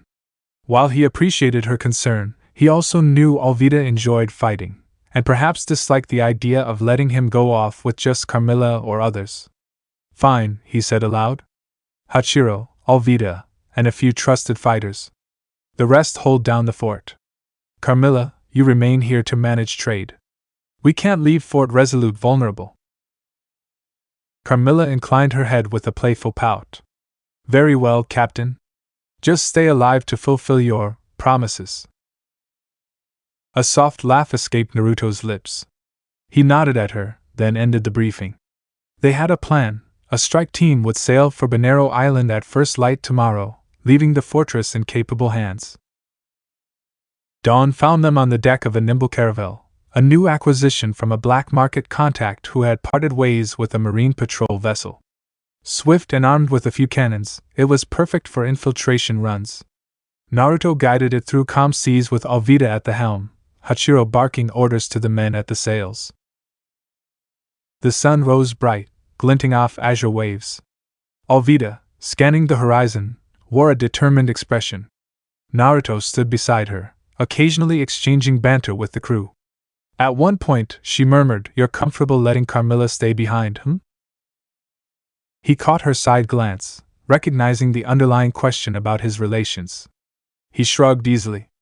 Carmilla's skilled. She's not the type to be jealous or clingy. She knows I have no illusions of monogamy, so long as everything's respectful. Alvida pursed her lips, then nodded. Well, at least you're honest about it. He met her gaze. Always. And you? Jealous? She smirked. Not exactly. But let's say I'm keeping an eye on my investment. Naruto laughed quietly, reaching out to brush a lock of her dark hair aside. Your feelings aren't lost on me, Alvida. Let's handle these bandits, and we'll have time to catch up. She snorted, though the faint blush on her cheeks betrayed her. Fine. Focus on the mission first. By midday, volcanic ridges loomed on the horizon. Banero Island's jagged silhouette cut an imposing shape against the sky. Black sand beaches and ominous columns of smoke from hidden vents gave the land an otherworldly aura. They anchored in a secluded cove, hidden by rocky outcroppings. A small rowboat took Naruto, Alvida, Hachiro, and 5 tough pirates ashore. Grit crunched underfoot as they moved inland. Sparse vegetation and a lingering stench of sulfur greeted them. Naruto, eyes sharp, motioned for silence. According to the scraps of intel they had, the bandits holed up in a network of lava tubes near the island's interior. An hour's hike led them to a rocky plateau. From behind a cluster of boulders, Naruto spied a rudimentary camp, a scattering of tents, armed men standing guard, and the crackling glow of a bonfire even in daytime. The bandits, perhaps 24 strong, lounged about, weapons close at hand. A large banner depicting a stylized scorpion fluttered in the stale breeze. Alvida frowned, whispering, "Scorpion's tail bandits, if I recall. Nasty bunch." Naruto nodded. "Let's not kill them outright. Maybe they can be swayed. Hachiro, back me up. Alvida, circle around with the others, just in case." She gave a curt nod, leading 3 men on a flanking path. Naruto stepped from cover, Hachiro at his side. Immediately, bandit sentries shouted alarm, drawing crude swords and muskets. Naruto raised empty hands. "Easy," he called. "We come to talk, not fight." A tall, wiry bandit with half his face scarred advanced. His ragged clothes and pitted blades spoke of a hard life. "Talk? You must be suicidal or stupid. Who are you?" Naruto let a faint grin cross his lips. "Naruto Uzumaki. Heard you raid marine shipments. We share an enemy." Murmurs spread among the bandits. The name carried weight, though some scoffed. The scar-faced one spat. "Naruto Uzumaki, the so-called ghost? You're meddling in dangerous waters, boy." Hachiro hefted his axe menacingly. "Watch your mouth. We're offering a chance for something bigger than petty banditry." That drew hostile glares, but also curiosity. The bandits parted to reveal a woman stepping out from a tent. Tall and sinewy, with braided hair dyed a shocking silver, she wore a patchwork of leathers and chain links. Her gaze was colder than the volcanic rock around them. "I'm Zara, leader of the Scorpion's Tail," she said, voice echoing. "If you truly want to talk, do so without insulting my men." Naruto inclined his head respectfully. "Zara, we respect your territory and your skill. We're building a force to cripple marine power in East Blue. Join us, and you'll have more loot, safer hideouts, and a cause beyond random raids. Or, if you refuse, we can't leave a threat at our back." Zara's lips curled in a sneer. "Is that a threat?" "An ultimatum," Naruto corrected gently. "The Marines are our common enemy. Why fight each other? Together, we stand a chance of lasting victory. We have a fortress, resources, and strong allies." Zara surveyed him, her sharp eyes flicking to Hachiro's imposing form. "Big talk. Show me a reason to believe you're worth following." Naruto glanced at Hachiro, who smirked. They'd encountered this scenario before. Some leaders needed a test of strength. "If you need proof, name it," Naruto said. A savage grin spread on Zara's face. "Defeat me in single combat. No weapons. No underhanded tricks. If you can do that, the Scorpion's Tail might just follow you, or at least refrain from opposing you." Naruto exhaled. Fair enough. He handed his coat to Hachiro, stepping forward in a fighting stance. Zara wasted no time. She dashed in, fists flying in a blur. Her movements were fluid, honed by years of survival. Naruto blocked a rapid series of blows, impressed by her speed. He pivoted, delivering a controlled strike to her flank. She hissed but countered with a lightning jab that grazed his jaw. The bandits circled, cheering for their leader. Hachiro cracked his knuckles, ready to intervene if they tried to swarm. Meanwhile, Alvida and her team observed from the perimeter, weapons ready, in case negotiations turned ugly. Zara lunged low, sweeping Naruto's feet. He jumped, twisting midair to avoid a follow-up punch. With a flicker of chakra-lace reflexes, he caught her wrist and pivoted behind her, locking her arm. She snarled and elbowed his ribs, forcing him to loosen his hold. They broke apart, each sizing up the other. "Not bad," Naruto murmured, massaging his sore side. Zara's eyes gleamed. "Likewise. But can you handle this?" She feinted left, then slammed her palm upward. Naruto parried just in time, though the force rattled his arms. They exchanged half a dozen more strikes, each blow echoing across the camp. Finally, Naruto exploited an opening. Zara overcommitted a sweeping kick, leaving her center exposed. He stepped in, hooking an arm around her waist, and toppled her with a controlled takedown. Pinning her shoulders to the ground, he leaned in, breath ragged. "Yield?" he asked, voice taut. Zara growled, attempting to buck free. But Naruto's hold was iron. After a moment, she let out a sharp exhale. "I yield." A hush fell. The circle of bandits stirred uneasily. Naruto released her, stepping back. Zara rose, rubbing her pinned shoulder with a scowl that gradually softened into reluctant respect. "You fight well, Uzumaki," she said, dusting herself off. "Better than most. Maybe you are worth following." Naruto offered his hand. "Fight with us, not against us. The Marines are the real enemy." Zara eyed his hand, then clasped it. A cheer broke from the watchers, some half-hearted, others enthusiastic. Alvida exhaled relief, signaling her men to stand down. Hachiro gave a curt nod, satisfied. Zara turned to her bandits. "Gather around. We have a new arrangement. We'll throw our lot in with Naruto's alliance. Better pay, better fights, so long as they don't treat us like dogs." Naruto spread his arms. "You'll get your due. Just remember, we're building something bigger than random pillaging. Respect my leadership, I'll respect your independence." Zara's lips twitched in a grudging smile. "Fair enough." She then fixed him with a keen stare, as if re-evaluating him. "Maybe we can talk more, privately, about the details." Naruto blinked at the sudden shift in her tone. The watchers were dispersing, some returning to their tasks. Zara stepped close, voice low. "I like strong men, Captain. If you're half as driven as you fight, I wouldn't mind a personal demonstration." He suppressed a smile, aware Alvida might be watching. But Zara was direct, and Naruto had no policy against consenting intimacy if the situation allowed. "We have time before we sail back," he said softly. "Just let me handle a few details with my crew." She grinned, giving him a once-over. "I'll be in my tent." A calm night had settled over Fort Resolute. Naruto stood alone atop the battlements, gazing silently at the endless stretch of stars scattered across East Blue's dark expanse. The distant waves crashed rhythmically against the rocks far below, but Naruto's thoughts drifted far beyond these serene waters. Memories haunted him, shadows of an overwhelming force and the brutal fight that had altered his path forever.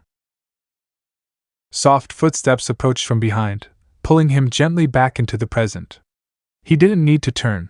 He recognized the subtle grace of Alvida's step.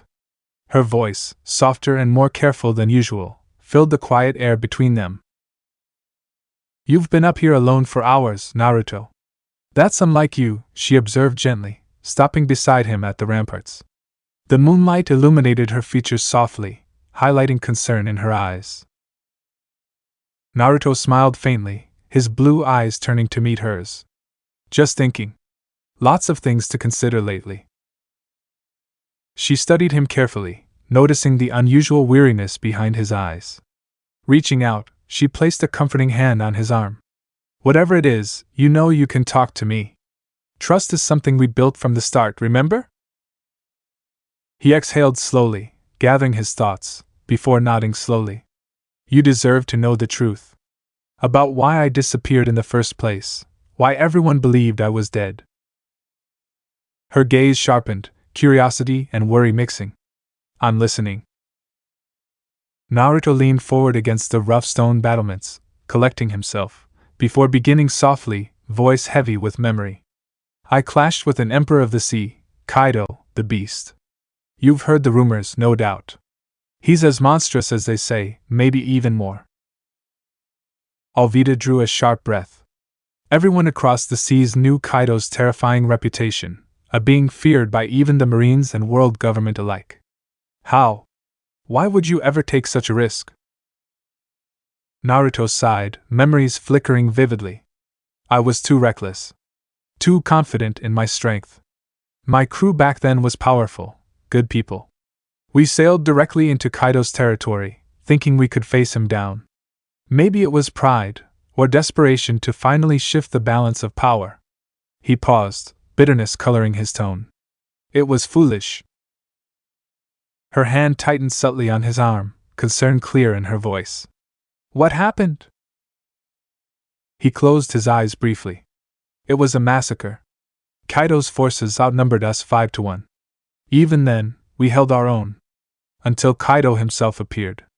He wasn't human, Alvida. He's a creature of raw power. We clashed for hours, devastating entire islands in our wake. Eventually, though, he gained the upper hand. Naruto's voice dropped, the next words almost a whisper, colored by lingering disbelief. I thought I was going to die.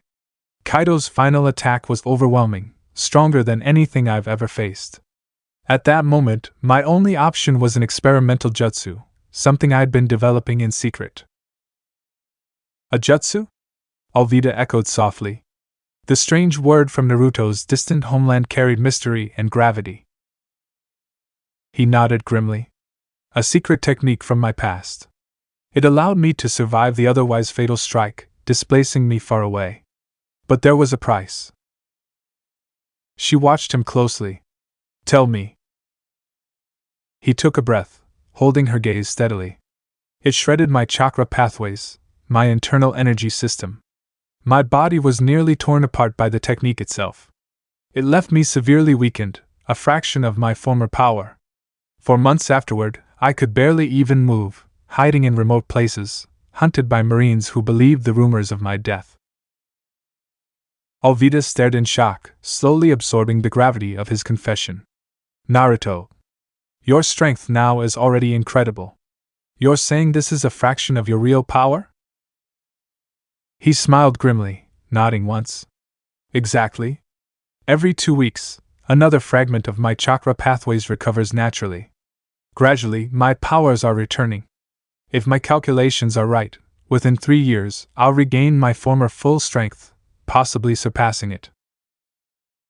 She processed the information carefully. The enormity of what Naruto was sharing, the sheer power he held within him, was breathtaking. Surpassing your old strength. You truly believe you'll be able to defeat Kaido then? Naruto's eyes shone with quiet, determined confidence. Yes. I have a detailed training plan mapped out. It's rigorous and intense, pushing my limits every day. By the time we confront him again, I plan to be stronger than Kaido ever dreamed possible. A gentle ocean breeze drifted across them, rustling Naruto's golden hair. Alvida exhaled slowly, nodding as she processed the monumental weight of his revelations. But it's not enough, is it? You've always been cautious about betting everything on a single plan. A faint smile tugged at Naruto's lips. Alvida knew him well indeed. That's true. Even if I surpass Kaido, he remains dangerously unpredictable. He's survived impossible odds countless times. So, I'm carefully gathering talented individuals, strategists, powerful fighters, specialists, people who can work together seamlessly. I want a reliable plan B, in case raw power isn't enough.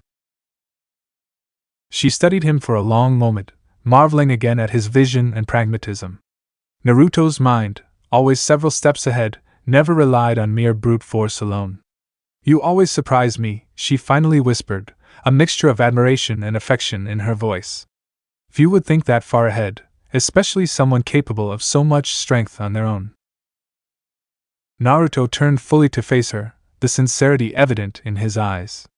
That's why I'm telling you this now, Alvida. This isn't just my fight anymore, it's our alliance's future. I've come to rely heavily on you, your strength, your loyalty. You deserve to know everything. Her eyes softened, warmth filling her chest. Alvida stepped closer, her hand gently cupping Naruto's cheek. I'm with you, Naruto. Completely. Whatever you're facing, whatever lies ahead, I'll stand beside you. His hand rose to gently cover hers, eyes tender and appreciative. Good, because from this moment forward, the stakes only get higher. Every person we recruit, every ally we gain, every battle we win, brings us closer to facing Kaido, and eventually, changing the very face of this world. She smiled, confident and certain. Then let's build this future together. We'll gather allies, sharpen our strength, forge new strategies. By the time Kaido realizes what's coming, it'll be too late. Naruto chuckled softly, gratitude and affection mingling in his gaze. Exactly. For a lingering moment, they stood quietly together beneath the stars, the bond between them stronger than ever. Naruto's secrets were heavy, but no longer hidden. Alvida's resolve and trust gave him strength, reinforcing the conviction burning in his heart. Eventually, Naruto squeezed her hand gently, guiding her back toward the fortress interior. Come on! We have plans to finalize, allies to recruit, and a war to win. Alvida laughed softly, following willingly. Right behind you, Captain. Beneath the glittering starlight, the wheels of destiny continued turning, guided by the unstoppable resolve of a man thought dead and those he trusted. East Blue had no idea of the storm that was gathering on the horizon, a storm that would soon reshape the seas forever. Sunrise bathed the fortress walls in gold and crimson hues, its gentle warmth chasing away lingering shadows of night. Standing atop Fort Resolute's battlements, Naruto Uzumaki closed his eyes, breathing deeply. He felt a profound shift deep within his being, chakra flooding his pathways in powerful, rhythmic pulses. Another segment of his power had returned, more potent than he had anticipated. A wide grin stretched across his face as he clenched his fist, the raw, overwhelming strength filling him with newfound confidence. It's back, he murmured, voice brimming with satisfaction. Something happened?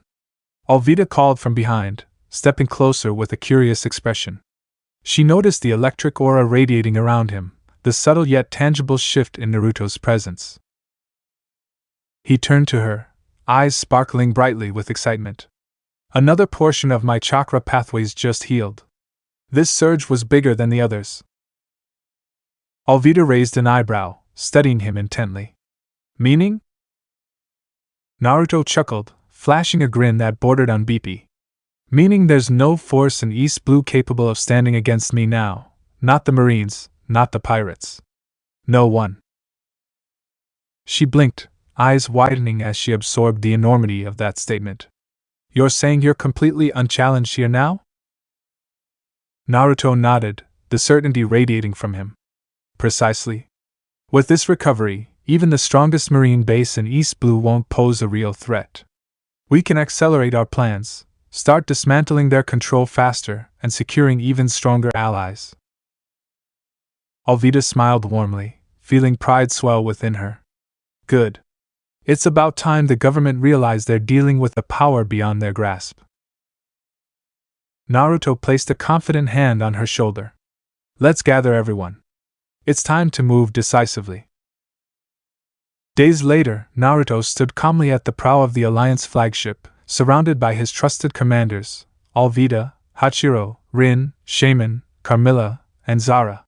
Their fleet sailed openly toward Marine Base G12, a significant stronghold responsible for enforcing marine authority over much of the northeastern sector of East Blue. From the observation deck, Hachiro growled, eager anticipation in his voice. Finally taking the fight straight to them. It's about damn time. Naruto smirked slightly, his chakra-enhanced senses already mapping every soldier, every cannon, every potential ambush inside G12. They won't know what hit them. The fortress loomed on the horizon, cannons bristling, marines scrambling atop its stone walls. Alvida watched carefully, but the faint smile she wore betrayed no concern. Beside her, Zara crossed her arms, intrigued. You're really planning on handling this yourself, Captain? Naruto nodded, stepping onto the railing. I want the Marines and the world government to understand clearly what we're capable of. This demonstration will be remembered. In a blur of orange and black, he leaped off the ship, landing gracefully upon the water's surface, chakra flaring beneath his feet. Marines shouted from the base walls, panicked shots ringing out. Bullets splashed harmlessly around Naruto, none coming close to harming him. Fire! Bring him down! Shouted a desperate Marine captain from the wall. Cannon blasts thundered from the fortress ramparts, shells whistling through the air. Naruto raised a single hand, palm forward. Wind style, great storm wall. A roaring gale surged upward, detonating cannon shells harmlessly midair. Marines stared in horror as Naruto launched himself skyward, a bolt of golden-orange chakra enveloping him. He crashed onto the fortress wall, releasing a controlled shockwave that scattered Marines in every direction. Impossible! Screamed the Marine captain, stumbling backward. Naruto smirked confidently. Your corruption ends here. A blur of motion later, Naruto effortlessly dismantled G12's defenses. Marines who surrendered were quickly bound and disarmed by Alvida's team. Within an hour, the infamous Marine base fell without a single casualty among Naruto's forces. The swift and overwhelming victory at G12 sent shockwaves across East Blue. Rumors of Naruto's absolute power and charismatic leadership rapidly spread, drawing new individuals of note to Fort Resolute. The first notable arrival was Captain Leora, an infamous bounty hunter whose ship had defeated dozens of pirate crews single-handedly. Naruto welcomed her warmly, appreciating her bipedal mind and impressive combat skills. As he led her around the fortress, their conversation shifted to the future.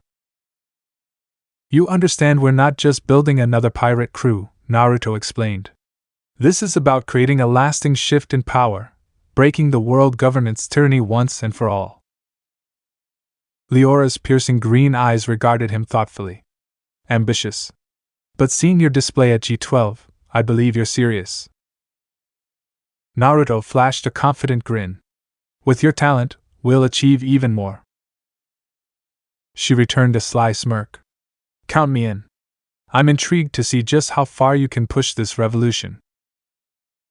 Soon after, the renowned strategist Orion Vance, a disgraced former Marine vice admiral, arrived discreetly. Vance's name alone carried weight. He was known for his mastery of battlefield tactics, having once defended entire islands against pirate invasions with minimal forces. Naruto welcomed him privately in the fortress's main hall. I've heard much about your strategic genius, Vance. You're exactly who we need. Vance nodded solemnly, his gray eyes sharp and calculating. After witnessing your victory at G12, I believe joining you is a wise decision. I've long wanted to challenge the corruption at the government's core. With your strength, it's finally possible. Naruto shook his hand firmly. Good. Help me plan our next moves. We need precision, no mistakes. Over the next few days, Naruto systematically dismantled several more Marine bases, each victory swift and decisive. His reputation soared, unchallenged by pirates or Marines alike. East Blue began transforming from scattered islands under Marine rule into a unified region under Naruto's banner. The people, tired of Marine extortion and oppression, increasingly supported him openly. Fort Resolute itself expanded significantly, reinforced walls, training grounds, and facilities built with liberated Marine resources. New recruits flooded the fortress weekly, eager to join Naruto's cause. Rin and Shaman effectively trained new forces, while Carmilla coordinated essential trade routes. Zara's fierce bandits secured remote islands, bolstering the alliance's strength further. One clear evening, Naruto sat quietly atop the highest tower of Fort Resolute, gazing at the starlit horizon. Alvida approached softly, sitting close beside him, her presence calming and welcome. East Blue is yours, she murmured quietly. No one dares oppose you now. Naruto nodded slowly, his expression thoughtful. It's a good start, but just the beginning. Soon enough, the Marines and world government will realize the scale of the threat. Their counterattack will be fierce. She leaned gently against him, comfort in her touch. And Kaido? His eyes flashed determinedly.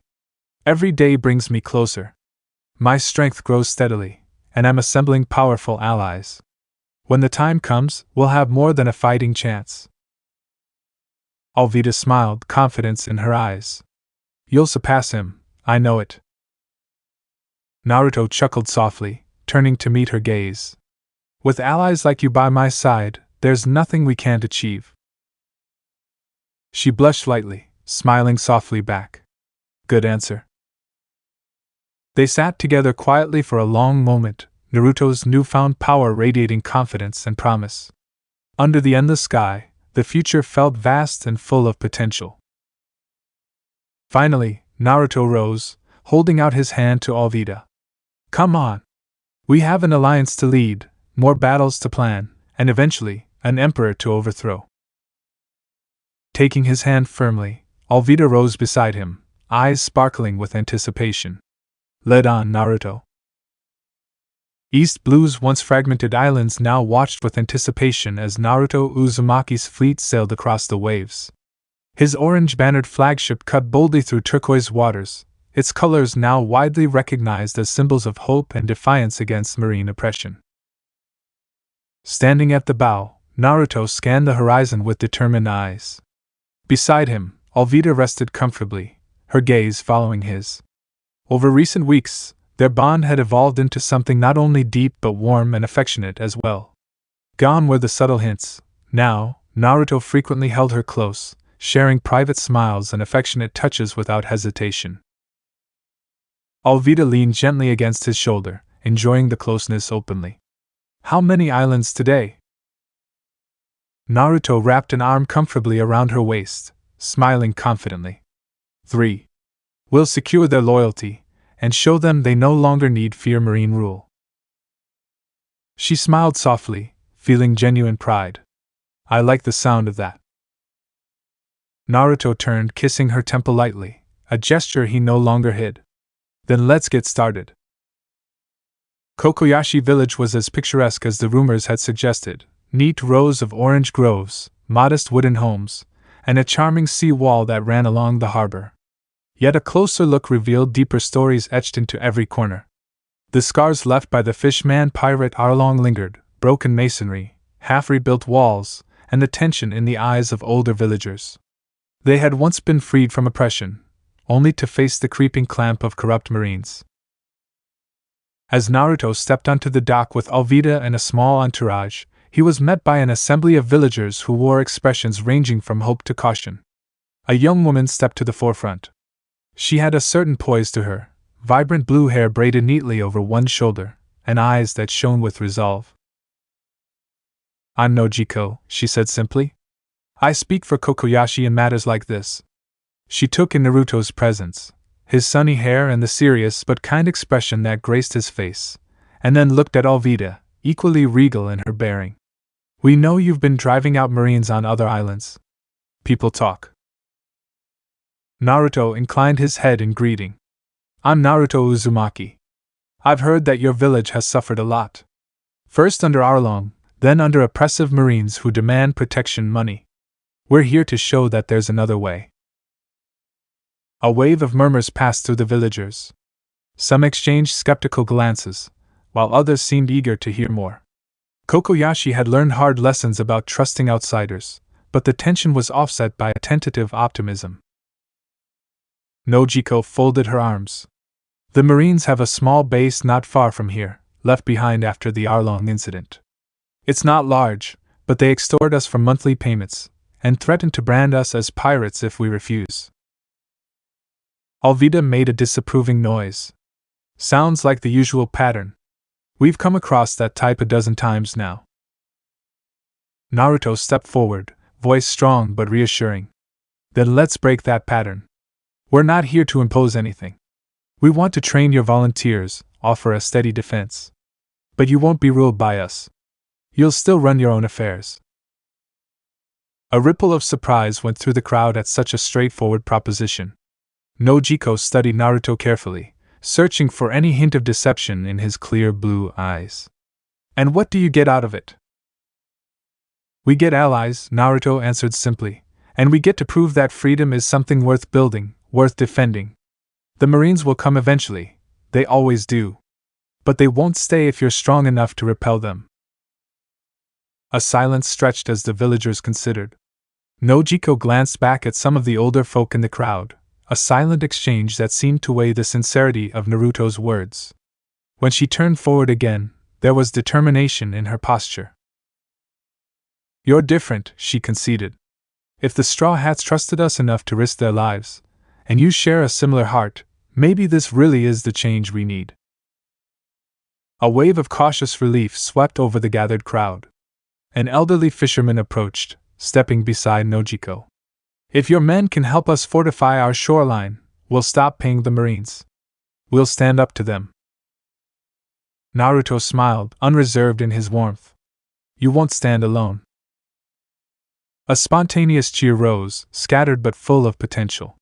Naruto and his party spent the remainder of the day surveying the village's vulnerable points, discussing supply runs, and mapping out training schedules.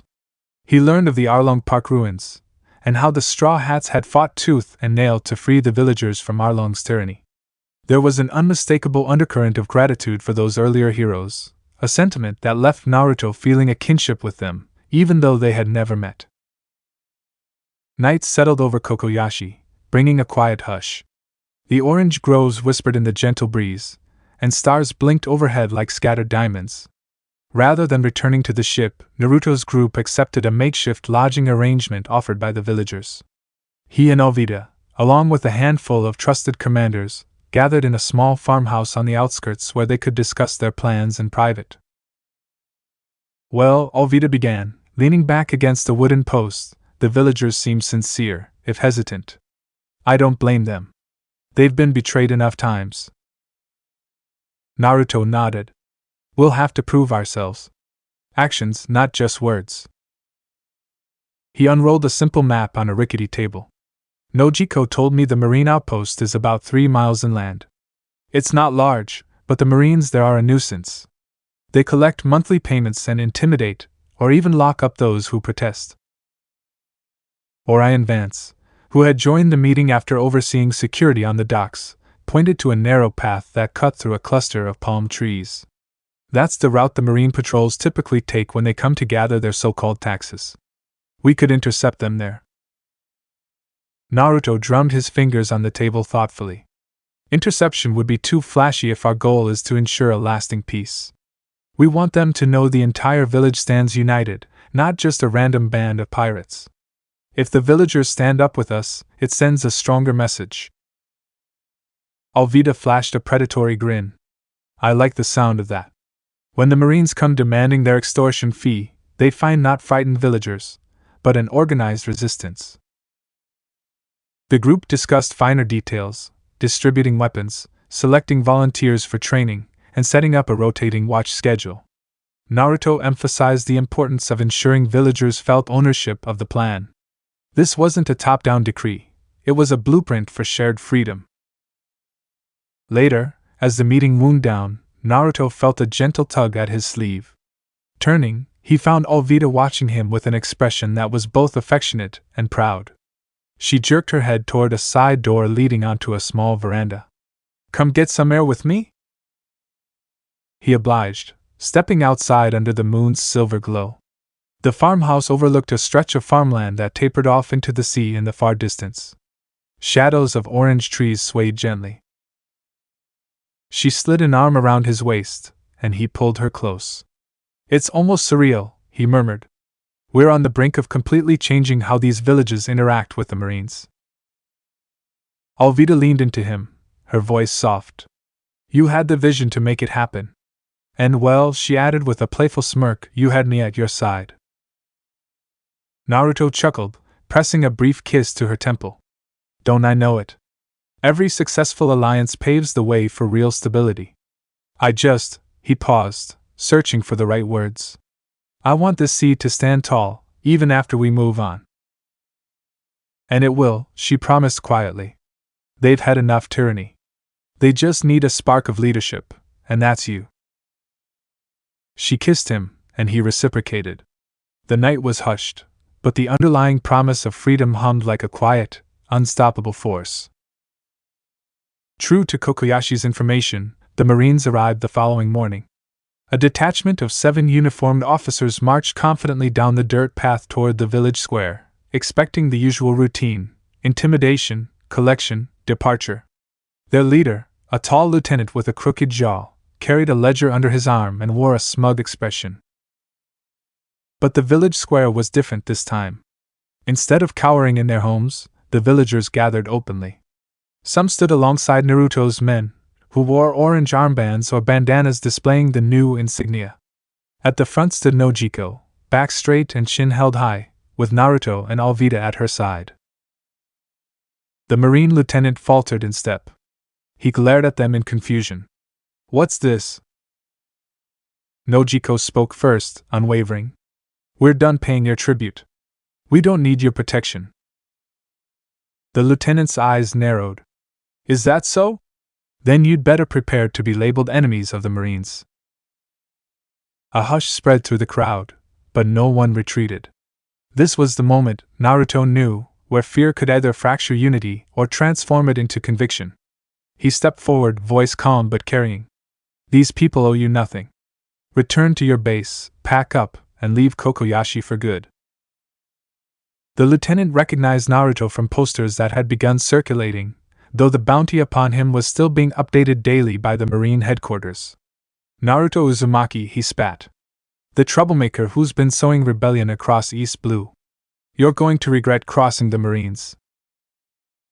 In response, Naruto's calm expression hardened. "Believe what you want. You only leave one way, peacefully, or in shackles.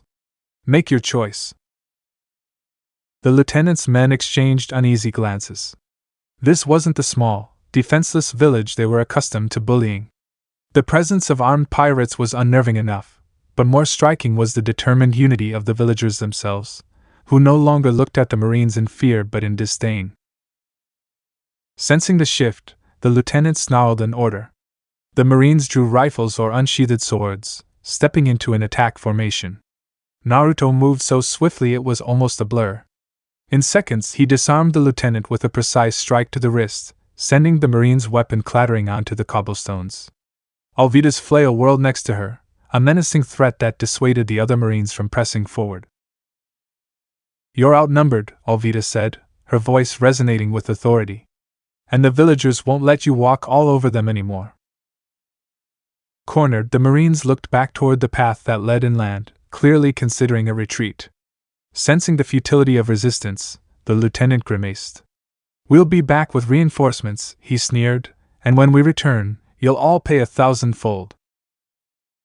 Naruto exchanged a glance with Nojiko, then nodded to his men. "If the Marines come back, they'll meet the same unified front, only stronger." He stepped aside, offering them the road out.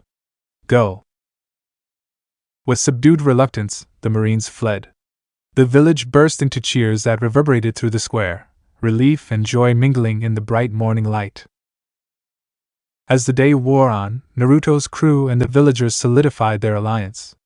Weapons caches were established, training regiments formed, and a system for rotating watch duties created. There was a tangible shift in the atmosphere. People who once kept their voices low in the presence of uniforms now walked freely in the sunlight, exchanging greetings with Naruto's men as though they were friends rather than overlords. By late afternoon, an impromptu celebration took shape. Laughter and conversation filled the central square. Some families brought out homemade dishes, stews, grilled fish, fresh fruits, while local musicians played lively tunes on simple string instruments. Children dashed between tables, squealing in delight as they chased each other. The weight of oppression seemed to have lifted overnight. Naruto strolled through the crowd, acknowledging greetings with a friendly wave. Alvida joined him, her usual fierce demeanor relaxed into something akin to contentment. She rarely allowed herself to get lost in simple pleasures, but the sincerity of Kokoyashi's gratitude was contagious. "You look happy," Naruto noted quietly, smiling at her. She gave a nonchalant shrug, but her lips curved into a small grin. "I do enjoy seeing bullies sent running. And watching these people celebrate, it's good." At one point, Nojiko approached them with a small bowl of tangerine-flavored punch. "For the heroes of the day," she said, offering it with a grateful nod. "I know you say you're no heroes, but that's how we feel." Naruto accepted the bowl, touched by the gesture. "Thank you. But don't sell yourselves short. You've decided to stand on your own feet. That's heroism, too. Nojiko smiled, a flicker of genuine warmth crossing her features. And it helps knowing we're not alone. Eventually, as night fell, the celebratory mood softened into comfortable camaraderie. Lanterns lit the square, casting soft glows on the wooden tables. Naruto found himself seated near a small fire, Alvida beside him, while villagers told stories about the fateful day the Straw Hats had battled Arlong. Nojiko's voice was reverent as she recalled the courage of that straw-hatted boy named Luffy, along with his determined crew. She pointed to a spot near the ruined Arlong Park archway where the final blow had allegedly toppled Arlong's empire. Listening quietly, Naruto felt a sense of kinship. The Straw Hats had sown the seeds of freedom here. Now he was cultivating the roots so it would endure. He wondered where those pirates were now, heading for the Grand Line, perhaps. He hoped that, one day, their paths might cross. After several days of intense training sessions, teaching villagers the basics of swordsmanship, marksmanship, and coordinated defense, Naruto deemed Kokoyashi secure enough to stand against any immediate marine reprisals. Volunteer units were established, each led by villagers who had proven skilled in leadership. Communication lines with Naruto's main base at Fort Resolute would be kept open through trained messenger birds. When it was time for Naruto's fleet to move on, nearly the entire village turned out on the docks to bid them farewell. Handshakes, hugs, and kind words were exchanged. Nojiko, flanked by a handful of new militia leaders, addressed Naruto formally. "This might be the last time we see you face to face," she said, "but know that Kokoyashi's doors are always open to you. And we'll be telling stories of how our village finally chased the Marines out with your help." Alvida gave a nod of acknowledgement. "Keep up the training. Don't get complacent." Nojiko smiled. "We won't. Thank you again." Naruto raised a final salute, an informal gesture of camaraderie. "Protect each other. And if the Marines ever try to return in force, you know who to call." With that, he and his crew boarded the ships, orange banners fluttering in the gentle breeze. The villagers waved from shore, and more than a few eyes glistened with emotional gratitude. Kokoyashi Village, once downtrodden and extorted, now thrummed with a new kind of life, confident and hopeful. Soon after Kokoyashi, Naruto's fleet set sail for the next destination, Syrup Village. Rumors painted it as a quiet, almost sleepy place that had nonetheless been touched by treachery and later freed by the Straw Hats. Naruto was becoming more intrigued with each new island that bore testimony to that mysterious crew's heroic deeds. He felt a strange sense of parallel destiny, as though he were building upon the foundation they had laid. The approach to Syrup Village was characterized by a series of gentle, rolling hills that dipped down into a wide harbor. Compared to Kokoyashi, Syrup felt more rural, with quaint houses and tall, old windmills dotting the landscape. Thick groves of trees lined the bluff that overlooked the sea, and Naruto couldn't help noticing the place had a peaceful charm, albeit with signs of prior conflict. At the edge of the harbor, a small welcoming committee stood, eyes alert. At their head was a young woman named Kaya, whose posture bore both gentleness and steeled determination. She appeared somewhat frail, with a thin frame, yet her eyes gleamed with a clarity that told Naruto she was no stranger to adversity. Naruto, Alvida, and a few close advisors disembarked to meet her. "I'm Naruto Uzumaki," he said in greeting, skipping the formality that some insisted upon. "We've come to extend the same offer we've been giving across East Blue." Kaya inclined her head. "I'm Kaya, caretaker of the estate on the hill.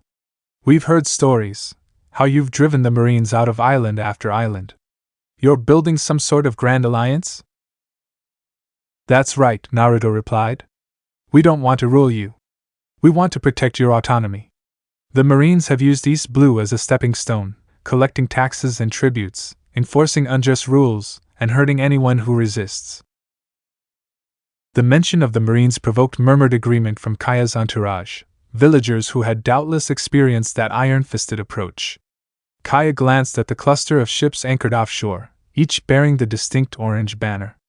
"I'll be frank. We've already been saved once by pirates, the Straw Hat crew, and the changes they brought were immeasurable. But after they left, the Marines increased their presence, especially once they heard pirates had been welcomed here. Now we pay stiff levies. It's suffocating our economy. Alvida frowned. So they punished you for being victims? Typical Marine logic. Kaya took a small, resolute breath. If you can truly rid us of the Marines' grip, we'll gladly join your alliance. But only if you promise not to exploit Syrup Village in the aftermath. We've put our faith in outsiders before, and we were lucky that Luffy and his friends were genuinely good-hearted. We can't risk further betrayals. Naruto met her gaze directly, sincerity evident in his posture. We're not here to exploit.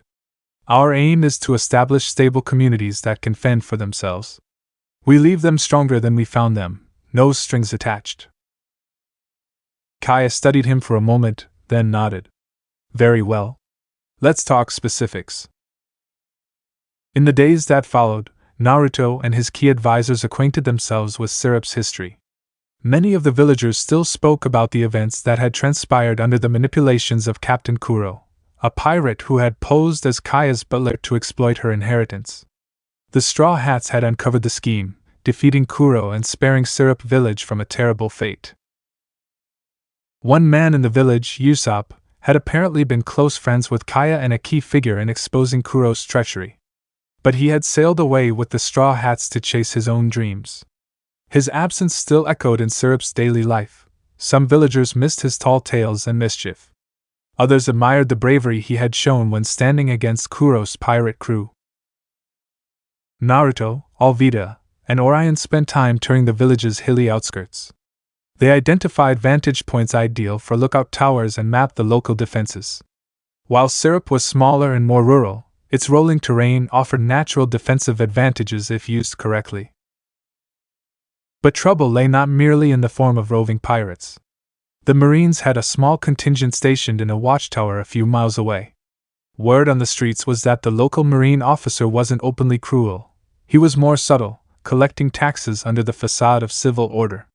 However, any dissent was quickly crushed with intimidation or imprisonment. One afternoon, as Naruto and Alvida took a walk toward the orchard behind Kaya's manor, they found Kaya standing near a blooming tree, contemplating its pink blossoms. She turned at their approach, offering a gentle smile that, nevertheless, carried a weight of concern. You know, she began, brushing her fingertips over a flower petal, we thought once Kuro was gone, our troubles were over. Then new problems sprang up, as if the world can't tolerate peace for too long. Alvida placed a reassuring hand on Kaya's shoulder. We'll make sure it lasts this time. By the time we finish, the Marines will realize they can't just walk into villages like yours without facing serious pushback. Kaya nodded. I'm ready to sign on. The villagers trust me, and if I say we'll join your alliance, they'll follow. Naruto dipped his head in gratitude. Thank you. We'll do everything we can to keep Syrup safe. Where Kokoyashi had confronted the Marines in a dramatic face-off, Syrup Village's approach was more strategic. Orion spent hours with local craftsmen, constructing hidden weapon caches disguised as simple storage crates scattered through the village. Carmilla, Naruto's clandestine operative, cultivated a discreet network of lookouts, training local teenagers who were eager to help. Alvida personally supervised the formation of a small militia, ensuring each volunteer could handle a sword or firearm effectively. Kaya herself financed the operation, quietly diverting funds from her estate to purchase quality weaponry.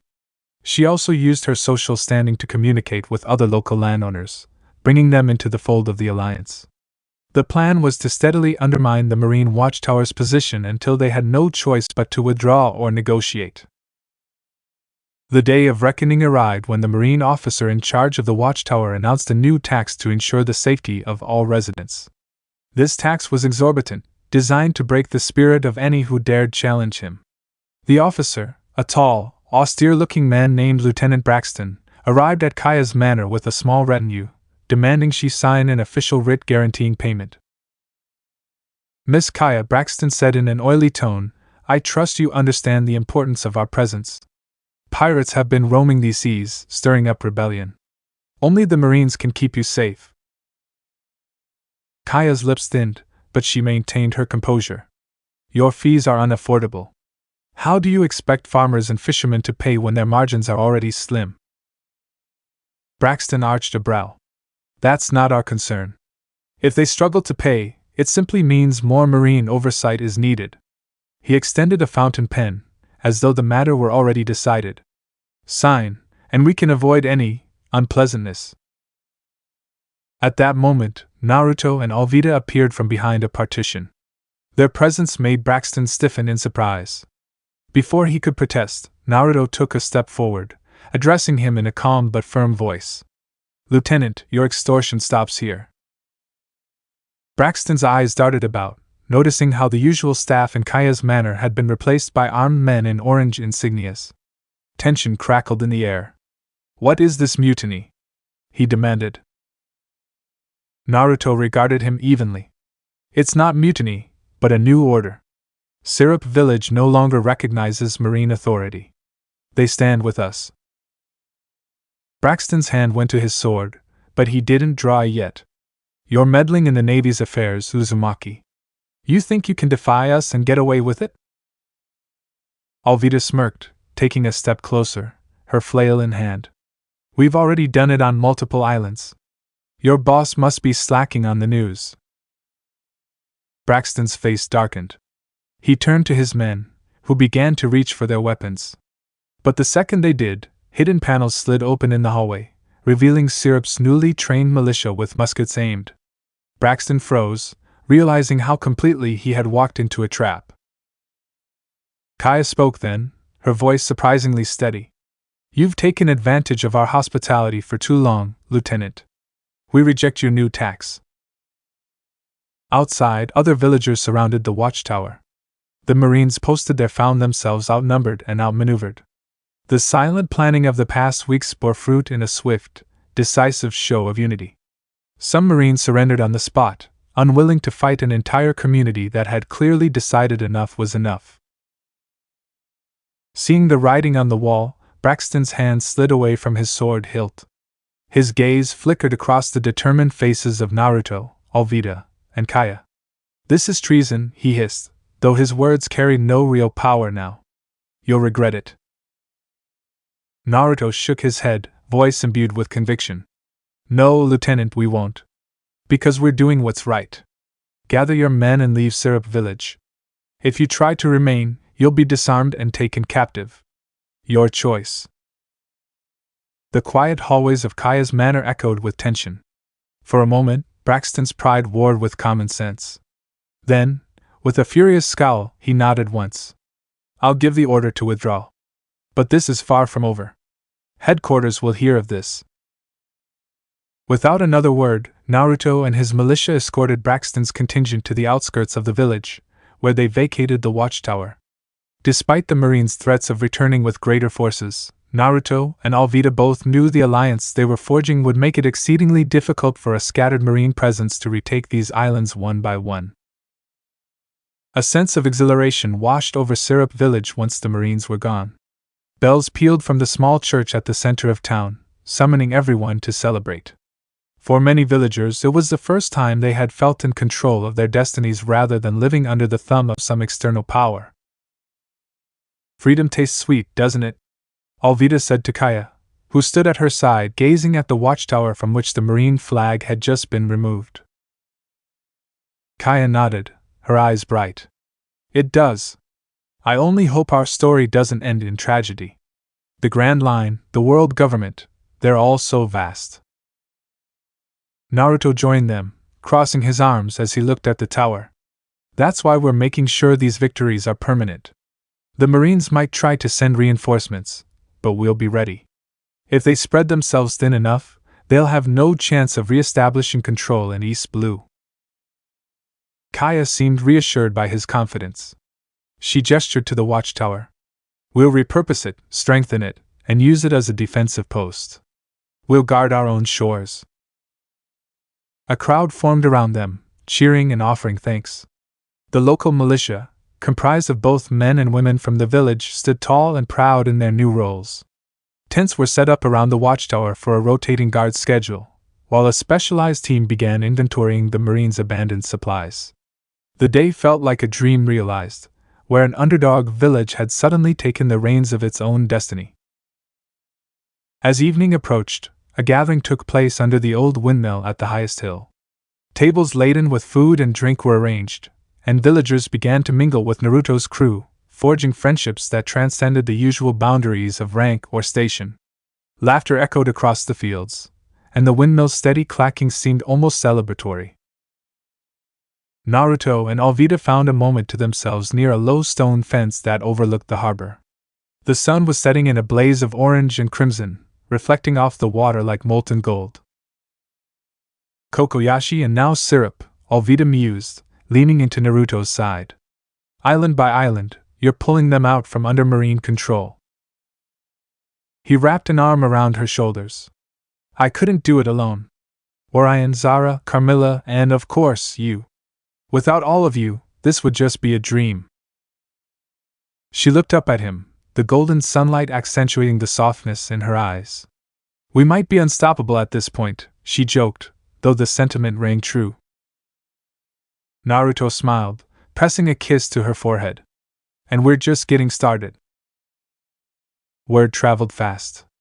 Thanks to Carmilla's network of messengers, news of Syrup Village and Kokoyashi's liberation spread to the neighboring islands. Many places that had once felt isolated began to realize they, too, could resist marine domination if they joined Naruto's alliance. One by one, Naruto's fleet made contact with communities large and small, offering the same terms: stand with us, train your people, and you won't have to live in fear anymore. The Marines, from their regional bases, attempted to reorganize. However, with each passing day, they found fewer footholds. The presence of a well-coordinated and united front was a brand new challenge.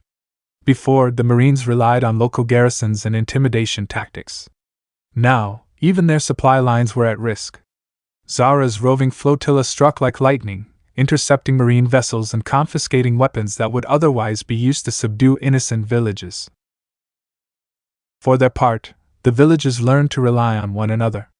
Supply ships traveled regular routes, guarded by small contingents of Naruto's fighters and local militias. Islands exchanged surplus goods, ensuring that shortages in one place were balanced by the prosperity of another. New relationships formed. A fisher village might provide fresh catches in exchange for repaired sails from a more industrialized island. Economies strengthened under the principle of mutual aid, and morale soared. With each victory, Naruto's reputation grew. Bounties on him and his close circle steadily rose, plastered on wanted posters across East Blue. Yet the marine propaganda machine found it hard to discredit him. The truth was plain for anyone who cared to see. Naruto's alliance did not pillage or enslave. They were, in effect, a coalition against tyranny. Privately, Naruto wondered how far this wave could go. If the entire East Blue unites, he said to Alvida one night aboard the flagship, we'll have a bastion that's nearly impossible for the Marines to retake.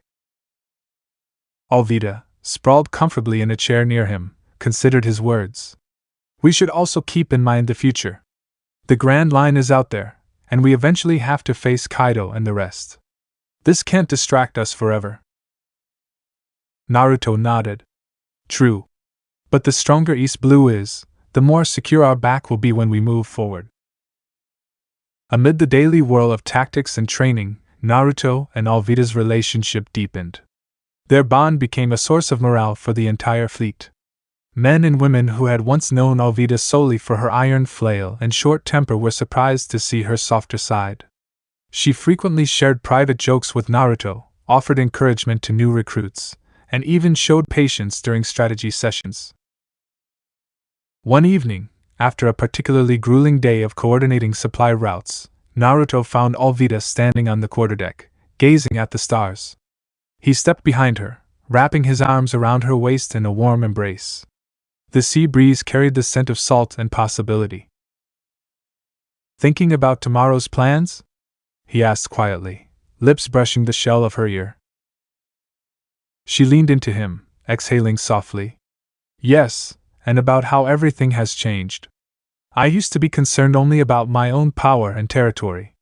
Now I'm part of something bigger, and it feels good. Naruto smiled against her hair. I used to be alone too, in a way. My whole life, I aimed to prove myself worthy, to never abandon my friends. I always believed I could change the world, but I didn't realize how much strength comes from having partners who share the same vision. Alvida turned in his arms, sliding her hands around his neck. Her eyes were warm as they met his. I'm not usually one for sentiment, but you've managed to win me over completely. He dipped his head to kiss her, a slow and deep meeting of lips under the starlight. In that moment, with the gentle rocking of the ship beneath them and the hush of the night sky above, all the concerns of conquest and rebellion faded away. Between voyages, Naruto's growing coalition used Fort Resolute as a central hub. The fortress, once a neglected marine stronghold, had been repurposed into a bustling headquarters. Tall walls now bore the orange crest, and inside the courtyard, recruits from different islands trained side by side, exchanging techniques and stories. In a towering keep within the fort, Naruto convened a summit. Representing Kokoyashi was Nojiko, accompanied by 2 newly minted militia captains. From Syrup Village came Kaya and her retinue. Other island representatives gathered in smaller delegations, each with their own cultural flair, from fishermen of the Gecko Islands to blacksmiths of Shimotsuki Village. The assembly buzzed with excitement and unity. Naruto stood at the head of a large wooden table, Alvida and Orion Vance on either side. Maps spanned the tabletop, detailing current alliances, available resources, and possible marine movements. The group discussed new supply routes, training standardizations, and communication protocols. The synergy was unlike anything East Blue had seen, a confederation of islands working together for the common good. At one point, Nojiko raised a question. Some of us have heard rumors that the Marines are massing a larger fleet outside of East Blue. How will we defend against a large-scale invasion? Orion Vance stepped in, pointing at a series of notations on the map. We've reinforced key sea lanes with watchtowers. Zara's flotilla patrols the perimeter. If a large marine fleet comes, we'll have early warnings and can gather a united force at strategically fortified points. We can't let them pick us off individually. Kaya studied the map, tapping her finger thoughtfully. We should also consider alternative supply routes, in case the Marines blockade the main channels. We can't be starved into surrender. Naruto nodded. Brilliant idea. Let's mark down secondary routes. The main goal is to make it so costly for the Marines to even attempt recapturing East Blue that they decide it's not worth it. The meeting ended with a resounding sense of unity. Handshakes, warm farewells, and repeated assurances that everyone would stay vigilant. While many delegates returned to their islands, Naruto and his most trusted commanders continued refining plans well into the night. In the following weeks, island after island joined the alliance. Occasionally, Naruto's forces had to engage in skirmishes with marine detachments that refused to leave quietly. But more often than not, the Marines surrendered or retreated upon realizing that local communities were no longer isolated victims, but part of a growing network with a shared defense plan. This transformation was not just military, it was cultural. Musicians from one island traveled to play at celebrations on another.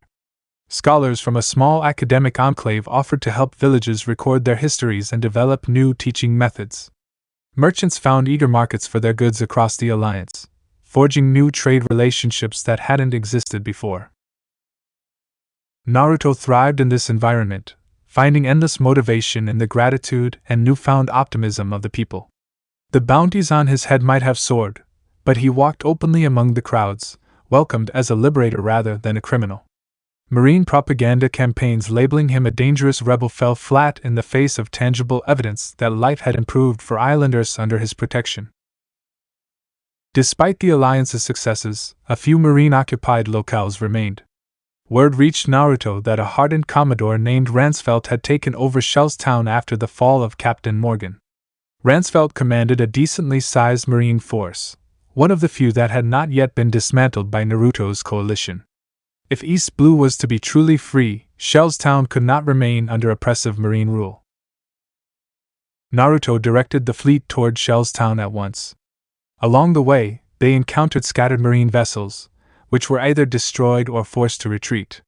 The final approach to Shellstown's harbor was tense. Ransfeld had fortified the coastline with cannons and had pressed local civilians into constructing barricades. The battle to reclaim Shellstown was one of the fiercest Naruto's alliance had experienced. Cannon fire echoed across the bay, and the silhouette of the marine base, built upon a bluff, loomed ominously. For hours, the two sides exchanged artillery. Meanwhile, Naruto led ground troops in a daring assault along the outskirts, using the terrain to flank Ransfeld's defenses. Naruto's personal combat prowess was on full display. Harnessing his unique ninjutsu-based abilities, which baffled even the most seasoned pirates, he overwhelmed marine squads that tried to block him. His clones swarmed over the battlements, disarming cannons and capturing strategic vantage points. At the center of the conflict, Alvida's flail crashed through barricades, scattering marine ranks. Commodore Ransfeld eventually appeared, clad in a reinforced marine coat, wielding a massive battle-axe. He challenged Naruto directly, roaring accusations of treason and proclaiming that the Marines alone brought order to the world. Their duel was spectacular. Ransfeld's brute strength clashed with Naruto's swift, strategic movements. Alvida joined the fray, combining her dexterous combat style with Naruto's, and together they cornered Ransfeld on a crumbling wall overlooking the harbor. "You've lost," Naruto said, panting slightly but still full of determination. "Shellstown isn't yours anymore." Ransfeld spat blood, glaring in fury. "You're just another pirate scum. The Navy will crush you eventually, no matter how far you go." Naruto shook his head. "Not this time." With a final coordinated strike, Naruto and Alvida disarmed Ransfeld and knocked him unconscious. The remaining Marines either surrendered or fled, and Shellstown's battered structures came under Alliance control. Securing Shellstown gave Naruto a renewed sense that East Blue's liberation was nearly complete. Yet the final piece still stood, Lobetown, famously known as the city where the pirate king, Gold, Roger, had been executed. Lobetown was the gateway to the Grand Line, and remained heavily watched by Marine forces.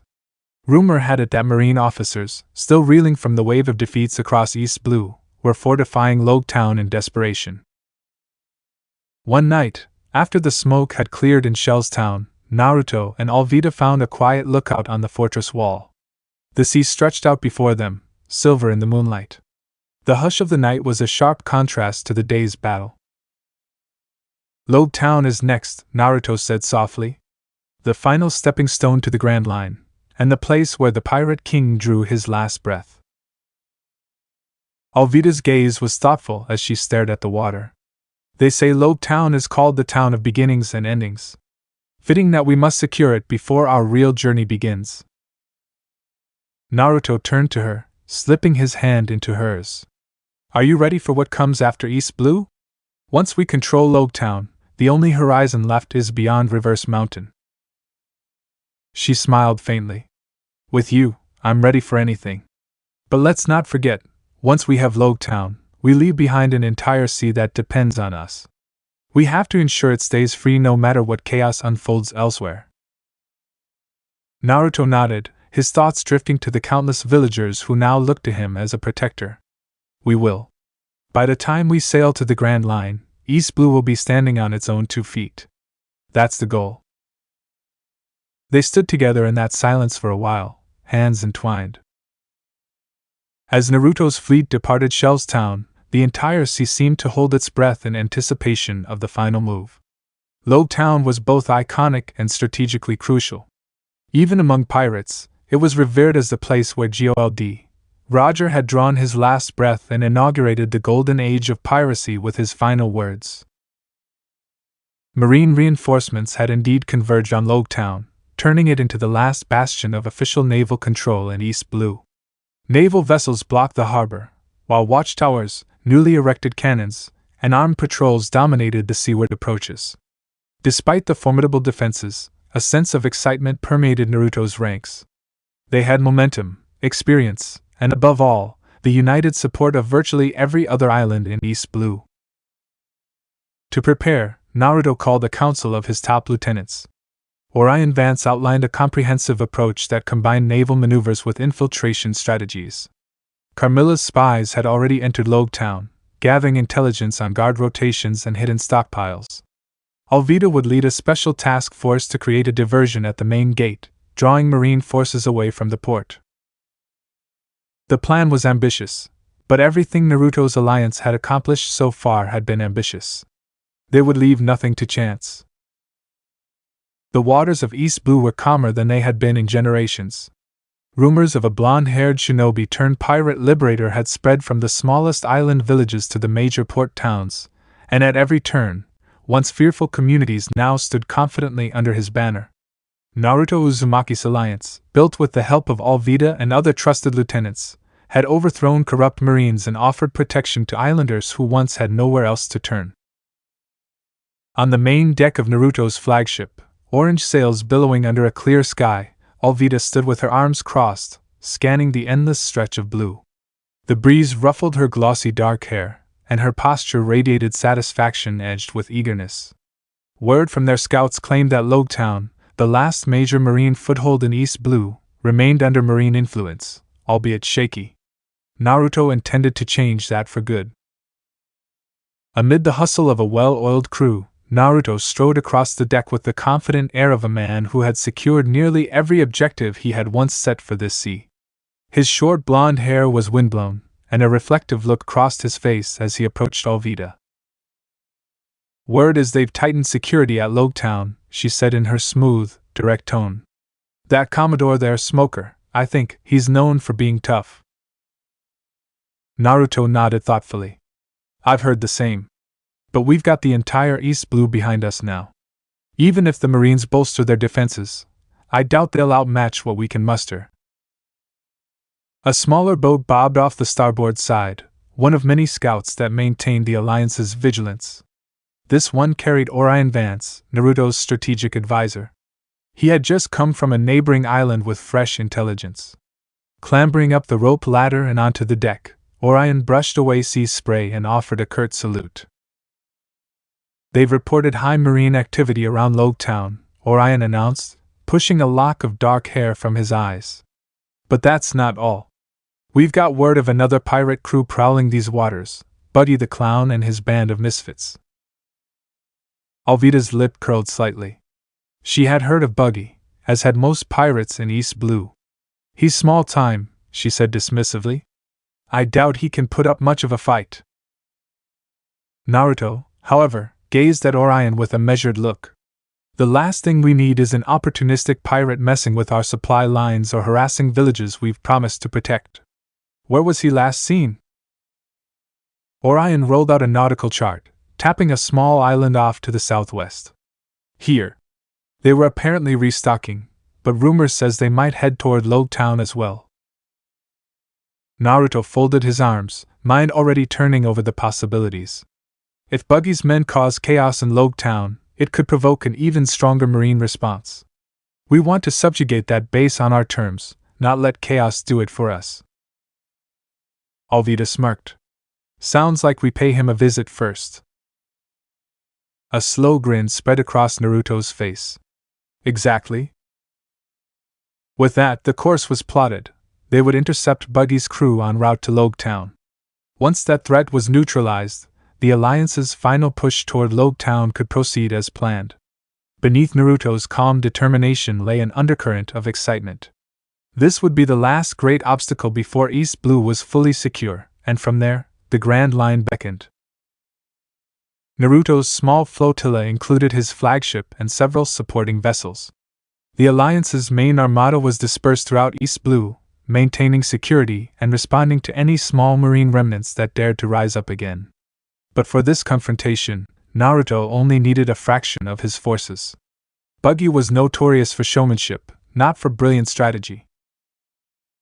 The ships cut across a mild morning sea. Clouds ambled overhead in a pastel sky, and the air felt warmer than usual. Alvida checked her flail, a monstrous weapon that once struck fear into hearts across East Blue. These days, it served as a symbol of the new order they were imposing. On deck, Orion Vance kept watch from the forecastle. After hours of scanning the horizon, his voice carried across the ship. Sails spotted. Naruto joined him, squinting at the faint outline of a gaudy, colorful ship. Even at this distance, the garish design was unmistakable, bright stripes and a clownish figurehead. That had to be Buggy's vessel. We'll draw closer, but keep some distance, Naruto instructed. I want to see if they're spoiling for a fight or just meandering.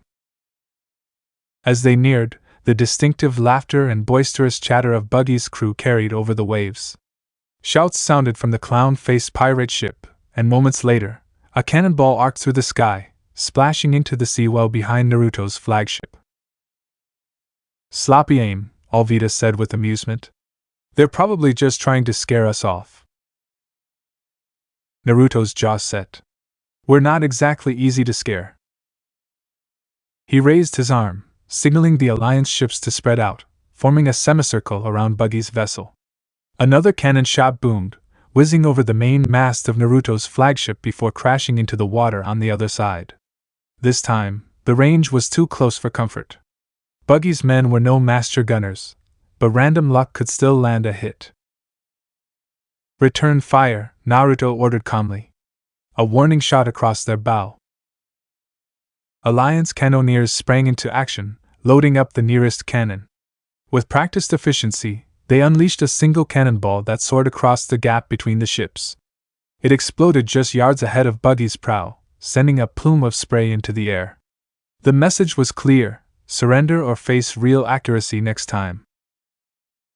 From Buggy's deck, a riot of shouts erupted. Naruto, peering through a spyglass, spotted the clownish captain himself.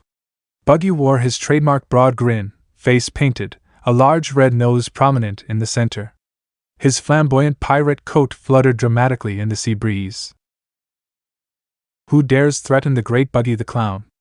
Buggy's voice echoed over the water, amplified by a den mushi he held like a loudspeaker. I'll. His threat was cut short by another Alliance cannon shot, this one deliberately closer, skimming the edge of Buggy's hull. It left no doubt that Naruto's people had the range and the skill to hit them precisely. Alvida smirked as she watched from beside Naruto. He's about to learn he's not the only flamboyant pirate in East Blue. Orion Vance shouted from the rigging, "Lower your weapons and surrender immediately. You face Naruto Uzumaki's alliance, the new power of East Blue." All across Buggy's deck tension rippled. Many of the clown pirates' subordinates shot each other anxious looks. They had heard rumors of an unstoppable coalition led by a man who could topple entire marine bases. Buggy himself stared back across the water, seemingly torn between pride and self-preservation. Naruto, never one to let a moment drag on, made the choice for them. He compressed his chakra, formed a single hand sign, and leaped from his own deck in a burst of physical power that sent him vaulting across the gap. He landed on Buggy's ship with a resounding thump, startling the hapless crew into panicked shouts. Alvida jumped right behind him, flail resting across her shoulders. The clown pirates scrambled for weapons. Daggers, cutlasses, and pistols flashed in the morning sun. But Naruto's own men quickly slid grappling hooks along the decks, boarding from the flanks in a disciplined wave.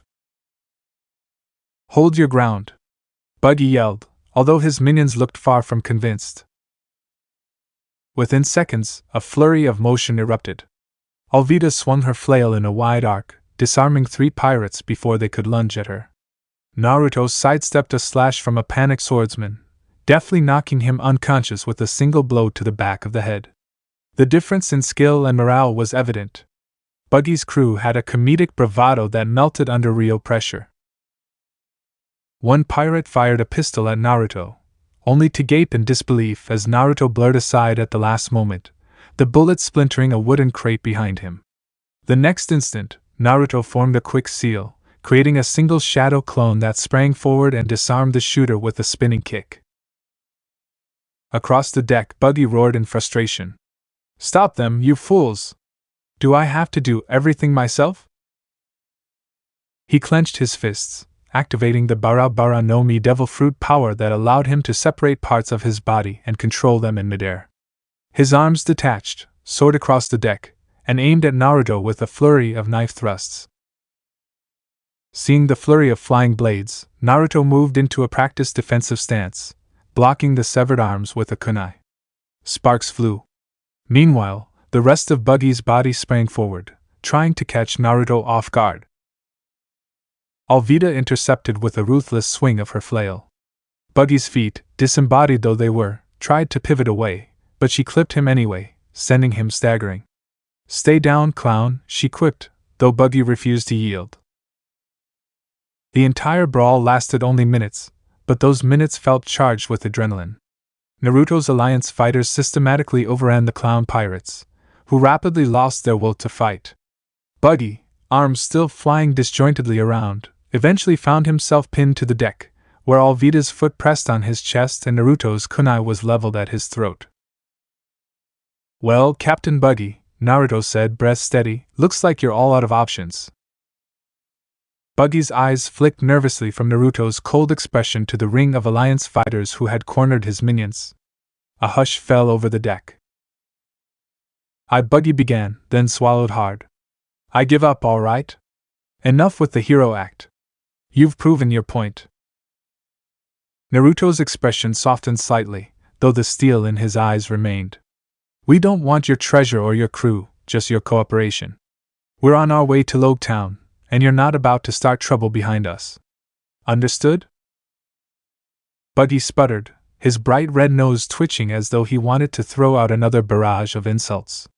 But common sense finally won out. "Fine, you have my word, no more trouble," he muttered unconvincingly. Alvida eased up, satisfied. The rest of the clown pirates raised their hands in surrender. The battle was done. With Buggy's crew subdued, Naruto's alliance fighters gathered them in a line on the clown ship's main deck. Alliance cannons remained pointed at them from the surrounding vessels, and Naruto's loyal men kept a watchful eye to ensure no one attempted a desperate attack. Buggy glowered, arms reattached, though the threat of them flying off again was tempered by the ring of swords at his throat. Naruto, standing at the forefront with Alvida, addressed Buggy and his battered crew. "You're free to sail these waters if you abide by one condition: do not interfere with our movement, or with any of the villages under our protection. If we hear otherwise, we'll track you down. And next time, you won't walk away." Buggy, though fuming, nodded stiffly. "I understand," he spat. "But what's your angle here, Uzumaki? Why not just kill us and be done with it?" For a moment, Naruto's sharp gaze flickered with something resembling pity. "I'm not interested in slaughter. We're building a better East Blue, not a graveyard." Alvida offered a terse smile. "Better for you to stay out of our way, clown."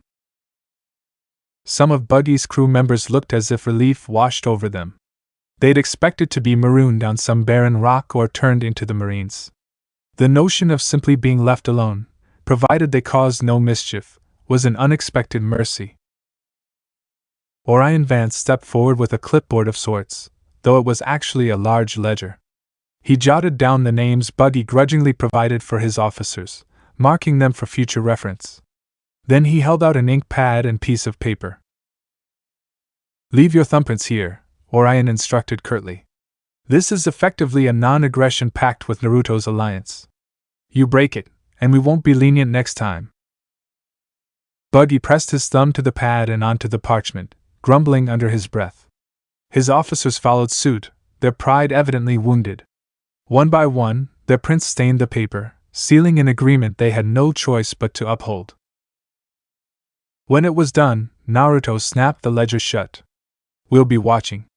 Head anywhere you like, just not near our protected islands, or Logtown, for that matter." Buggy got to his feet, brushing himself off. He attempted to salvage a scrap of dignity by pointing a shaking finger at Naruto. "One day, the great Buggy will repay you for this humiliation," he bellowed, despite the fear lingering in his eyes. "You can try," Naruto said, unaffected. "Now get out of here." With that, Buggy and his subdued crew scurried back to manage their battered ship. Naruto's fighters removed grappling hooks and reboarded the flagship. Within minutes, the clownish craft was peeling away at full sail, vanishing into the horizon with no further shots fired. A cautious cheer rippled across Naruto's fleet. Even though Buggy's band was hardly the greatest threat, eliminating a nuisance without catastrophic bloodshed was another step toward stability in East Blue. Alvida took a moment to breathe in the fresh sea air, exhaling tension.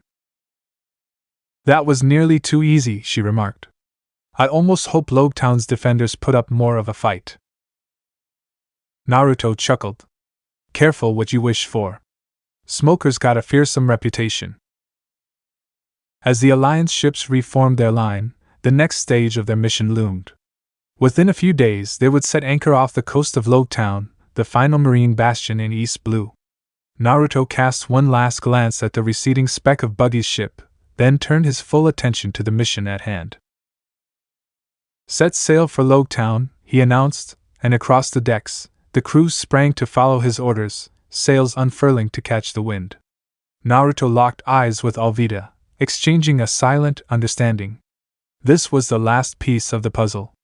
Once Logetown fell, the East Blue would be free. After that, the grand line awaited. Logetown rose in the distance, its skyline punctuated by the tall clock tower near the harbor and the iconic platform where the Pirate King, Gold, Roger, had been executed. Known as the City of Beginnings and Endings, Logetown was both a tribute to the dawn of the Great Pirate Era and a cautionary reminder of the Marines' reach. Naruto's flotilla approached under cover of dusk. Thick clouds gathered overhead, threatening rain, while the wind funneled them swiftly toward the harbor. Even from this distance, they spotted Marine patrol ships near the outer piers, each bearing the insignia of the Navy. Lighthouse beacons swept across the waves, searching for incoming vessels. As Naruto's flagship neared the designated anchorage, Alvida joined him at the prow. "We have a plan to scout the defenses, right?" she asked, her eyes scanning the imposing fortress that overlooked the port. Orion Vance, stepping beside them, answered in a low voice. "Yes. We'll send in a small recon team tonight. I've already made contact with Carmilla's local network in the city. She arrived earlier by merchant vessel and should have insights on guard rotations and marine placements. If all had gone well, she'd have vital intelligence on Logetown's interior defenses, not to mention the rumored presence of a certain marine commodore known as Smoker." "Good," Naruto said. "We'll wait for her signal. I don't plan to assault Logetown recklessly. We've come too far to risk losing men to poor planning." In the meantime, the ships anchored at a discreet cove a few miles from the main port. A skeleton crew remained aboard each vessel. The bulk of Naruto's fighters waited on a small stretch of beach, hidden by rocky outcroppings, for further orders. Tension hummed in the air. This city had a storied history, and many Marines who had fled from other islands were rumored to have reconcentrated here under Smoker's command. Night fell fully, bringing with it a brief drizzle that slicked the cobblestone roads of Logetown. Under cover of the rain and darkness, a handful of Naruto's elites slipped into the city, blending with late-night dockworkers or unsuspecting crowds returning from taverns. All wore cloaks or inconspicuous clothing. The plan was simple: gather intelligence, meet with Carmilla, and learn the best approach to dethroning the Marines. Naruto and Alvida themselves took to the streets, adopting simple cloaks. It was a strange feeling to walk incognito in a city where Marine presence was still so thick. Although Naruto's face was plastered on wanted posters across East Blue, the level of detail varied, and the shadows of a rainy night provided adequate concealment. As they wove through narrow alleys, they caught glimpses of Marine patrols. Some were fresh recruits, seemingly on edge from the rumors of a large-scale rebellion in East Blue. Others were seasoned, wearing hardened expressions that suggested they'd faced real battles before. None noticed a pair of cloaked figures slipping by. They reached a small square where a lone street lamp flickered. Beneath its warm glow stood a slender woman, hood drawn low. "Carmilla." "Any trouble?" Naruto asked softly, removing his hood just enough for Carmilla to recognize him. She bowed her head in greeting. "No, but it's tense here. Smoker's tightened security. He's got men patrolling every major intersection, plus a set of watchtowers installed just off the main thoroughfare. He's also rumored to have a subordinate named Tashiji, said to be quite the swordswoman, leading a smaller strike force. Alvida exchanged glances with Naruto, interest piqued. We'll need to be careful. We might have the advantage in numbers, but urban combat is tricky. Carmilla nodded. Exactly. The local rumors say that Smoker's been expecting trouble, maybe not from you specifically, but from pirates in general. Logtown is, after all, the final stop before the Grand Line. Dozens of smaller pirate crews pass through each month. He's used to rounding them up. Naruto's mind flickered with images of the final confrontation he had planned for East Blue. Then let's make sure we do this right. We'll coordinate a multi-pronged approach. Strike at dawn, create diversions at key points, and keep them from regrouping. We want to subjugate the marine base, not decimate the city. Alvida smirked. I'm looking forward to introducing ourselves properly. Carmilla hesitated. There's more. The Straw Hats, yes, that rumored band of pirates who took out Arlong and Captain Kuro, arrived earlier today. Their captain is a kid named Monkey D. Luffy. Apparently, he's wandering around the city with his crew. Naruto blinked at the mention of the Straw Hats. In previous weeks, he'd heard scattered stories of them, a rubber-bodied young captain, a skilled swordsman, and a small but tenacious crew. He'd even visited some of the same islands they had liberated, hearing whispered gratitude from villagers who had been saved by Straw Hats. They're here too? Naruto asked in mild surprise. Yes, though they seem more interested in buying supplies than starting trouble, Carmilla replied. They're pirates, but from what I can tell, they don't go out of their way to fight unless provoked. Naruto rubbed his chin thoughtfully. We might want to have a word with them. If they plan to move on to the Grand Line, maybe we can help each other. At the least, we don't want them complicating our operation. Alvida raised an eyebrow. You've admired some of what they did in East Blue. Could be worth forging ties. Carmilla slipped back into the darkness. I'll keep an eye on them, see what they're up to, and update you. Naruto nodded. Stay safe. The trio parted ways. Naruto and Alvida continued deeper into the sleeping city, gathering a mental map of critical intersections and guard stations. Tension or not, Logtown possessed a certain enchantment. Brightly lit storefronts lined cobblestone avenues, and despite the marine presence, ordinary citizens hustled about their daily lives. The execution platform loomed in the center, a silent testament to how the Pirate King's death had sparked a new age. An age now culminating in Naruto's confrontation with the Marines here, at the threshold of the Grand Line. Morning broke with skies still overcast, the wind carrying a faint scent of oncoming rain. Naruto reconvened with Alvida and Orion Vance in a small tavern on the edge of town, one rumored to be frequented by traveling pirates and mercenaries. The plan was to finalize their multi-pronged assault on Logtown's marine base. Before that, however, Carmilla slipped inside, quickly finding their table. She leaned over, her voice hushed. The Straw Hats are right outside this tavern. Alvida's eyebrows rose. They're brazen, aren't they? Carmilla nodded. From what I gathered, their captain, Luffy, wanted to see the platform where Gold Roger was executed. Something about wanting to experience the start of the pirate era firsthand. Naruto drummed his fingers on the wooden table, curiosity piqued. I'd like to meet them. This might be the perfect moment to ensure they don't interfere, or to see if an alliance can form. Orion checked his watch, frowning. We're supposed to launch the assault around midday. We don't have much time. Naruto stood, sliding a small coin purse across the table to settle their tab. Alvida, Orion, come with me. Carmilla, stay on watch. If things get hairy, signal me. They left the tavern, stepping onto a bustling street. The clamor of vendors hawking fresh fish and fruit blended with the chatter of locals and travelers. Near the corner, Naruto spotted a straw-hatted figure, tall and gangly, craning his neck at the wares of a street-side meat vendor. His grin stretched ear to ear as he pointed excitedly at the skewers of grilled beef on display. That must be Monkey D. Luffy, Naruto thought. He was flanked by a green-haired swordsman carrying 3 swords at his waist and a tangerine-haired young woman who was haggling fiercely with another merchant. 2 more figures stood nearby, a long-nosed marksman and a sullen, handsome cook who was flirting unabashedly with passing women. Naruto approached carefully, Alvida and Orion on either side. "You must be the Straw Hats," he called, his voice tempered but polite. The group turned. Luffy blinked at Naruto, then broke into a wide smile as if greeting a friend he hadn't seen in years. "Heya! We've heard about you.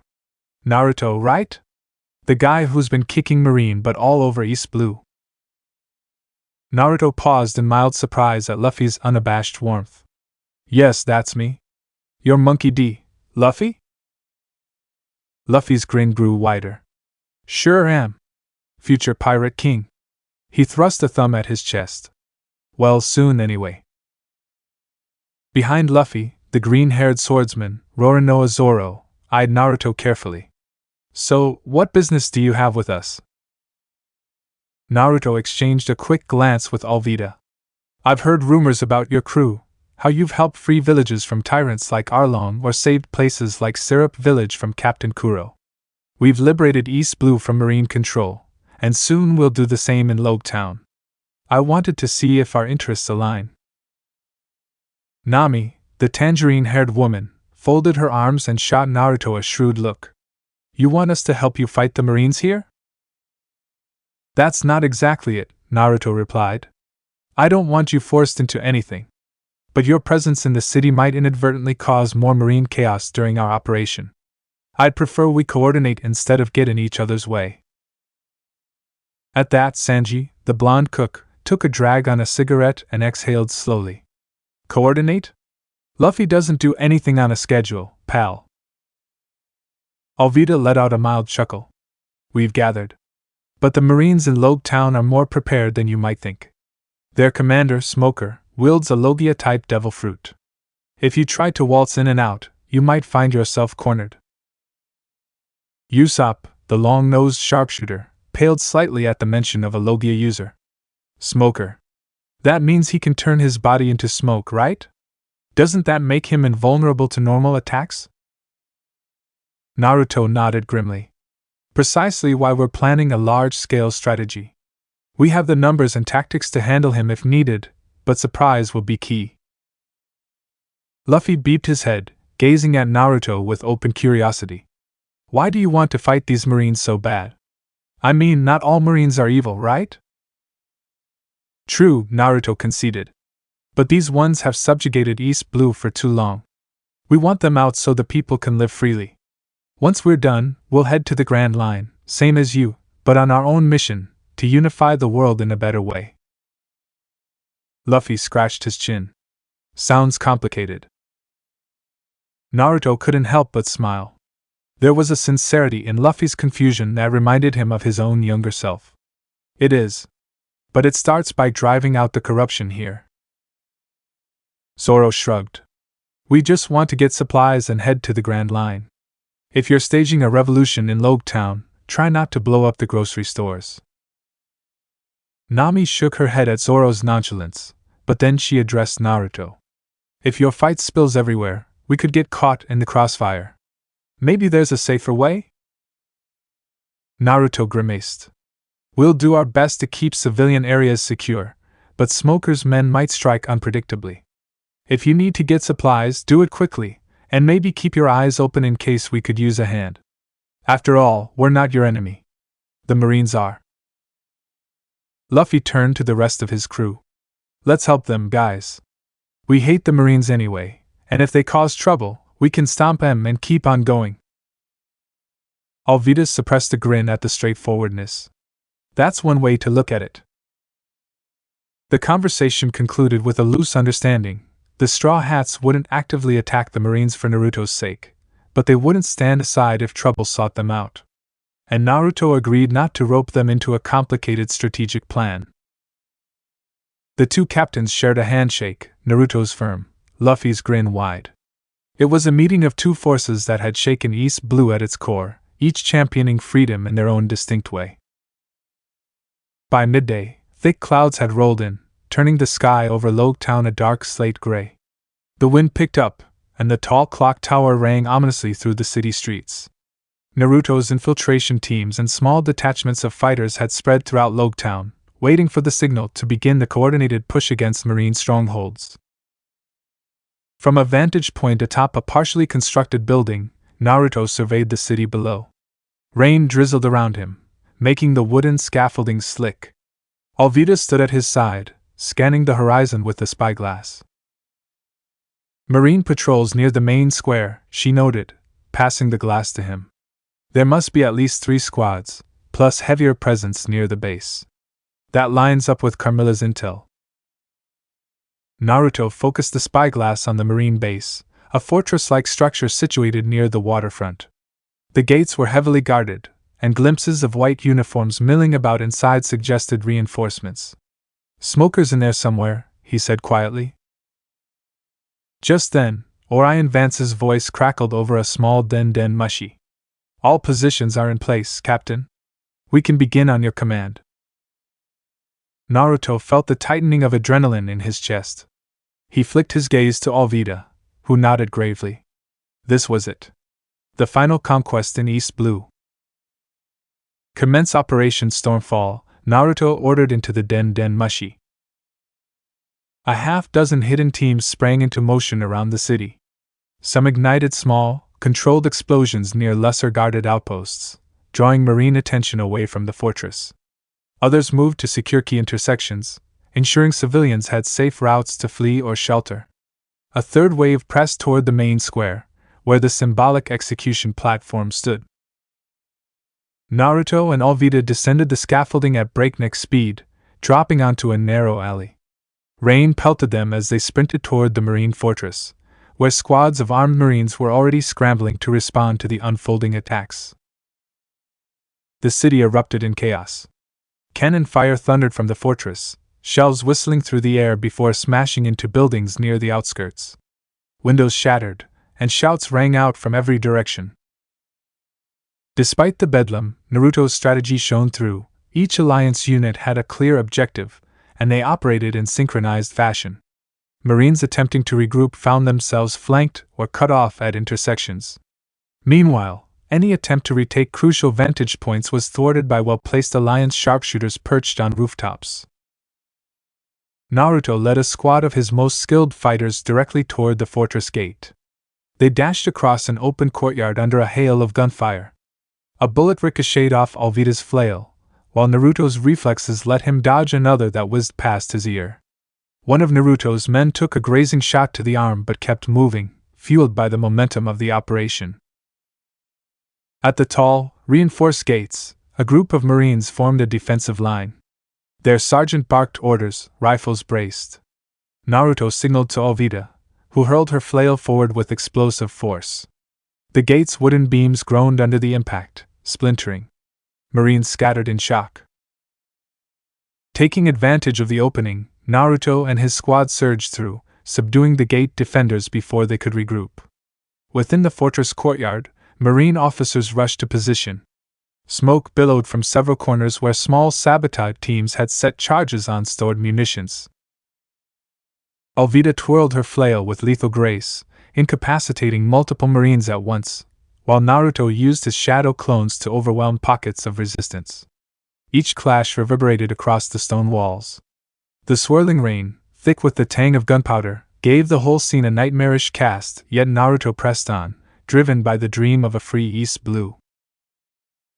Suddenly, a dense, grayish vapor swirled across the courtyard. Naruto felt a gust of smoke rush past, carrying with it an eerie sense of intangible menace. Then, a towering figure emerged from the haze, Commodore Smoker. "You must be Naruto Uzumaki," Smoker said, cigar clenched in his teeth, his jacket billowing behind him. "I've been expecting you." Naruto took in the Marine's cool, unyielding demeanor. "Then you know why I'm here. Your time in East Blue is over." Smoker's eyes narrowed. "We'll see about that." A dense, gray vapor curled across the courtyard, drifting in like a living shadow. Naruto could sense the shift in the air long before the silhouette appeared. His observation haki warned him of a powerful presence inbound. Emerging from the haze was a tall, broad-shouldered figure in a billowing marine coat, 2 cigars clenched between his teeth. Commodore Smoker. "So you're Naruto Uzumaki," Smoker said, voice rumbling. "I've been hearing your name all over East Blue." Naruto didn't bother feigning surprise. He had sensed Smoker's approach a mile away. "Then you know this is where your grip on East Blue ends, Commodore." Smoker's eyes narrowed. "We'll see." Without warning, he charged, body dissolving into thick coils of smoke that lashed out at Naruto. The smoke pressed in from every angle, threatening to choke him. Alvida, rushing in from the flank, swung her flail at the tendrils, but her strikes sliced through empty air. "Damn Logia user," Alvida hissed under her breath. "We need Seastone to land a blow." Naruto's gaze was calm. "Don't worry. There's another avenue to fight Logia. Once we leave, I'll teach it to you and the others." His armament haki flared around his arms in a faint, dark sheen. With a single fluid motion, he cut through Smoker's swirling form, forcing the marine to rematerialize or risk taking real damage. Smoker reappeared behind Naruto, jit raised high, the seastone tip aimed straight for Naruto's back. But Naruto, guided by his advanced observation haki, twisted aside an instant before impact. The jit crashed into the courtyard stones, sending shards flying. Smoker's brow furrowed. "You can hit a Logia? So you're a user of haki?" Alvida looked on, both relieved and a bit stunned. Naruto cracked his knuckles, the dark glow of armament haki flickering around them.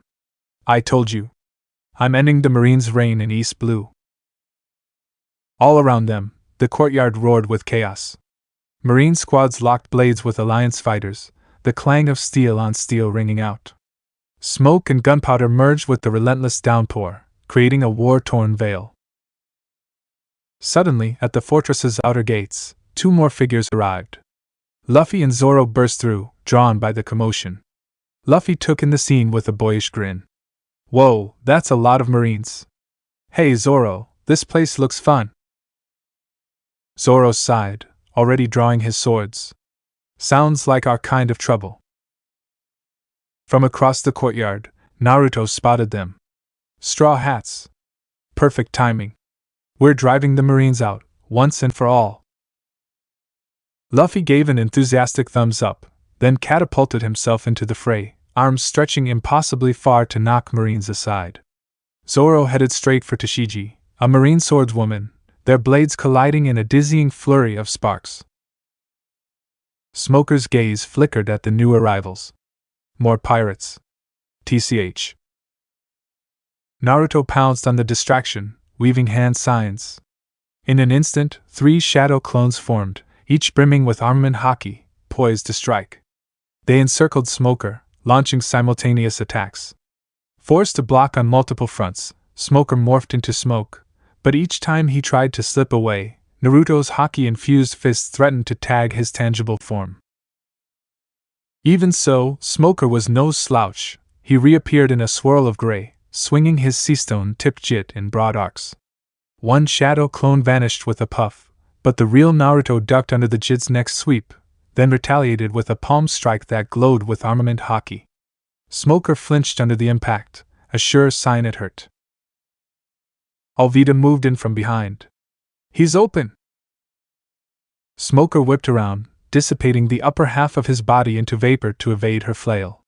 In the same motion, he snapped a smoke tendril at Naruto, who sidestepped with the effortless grace of someone reading the attack a heartbeat before it formed.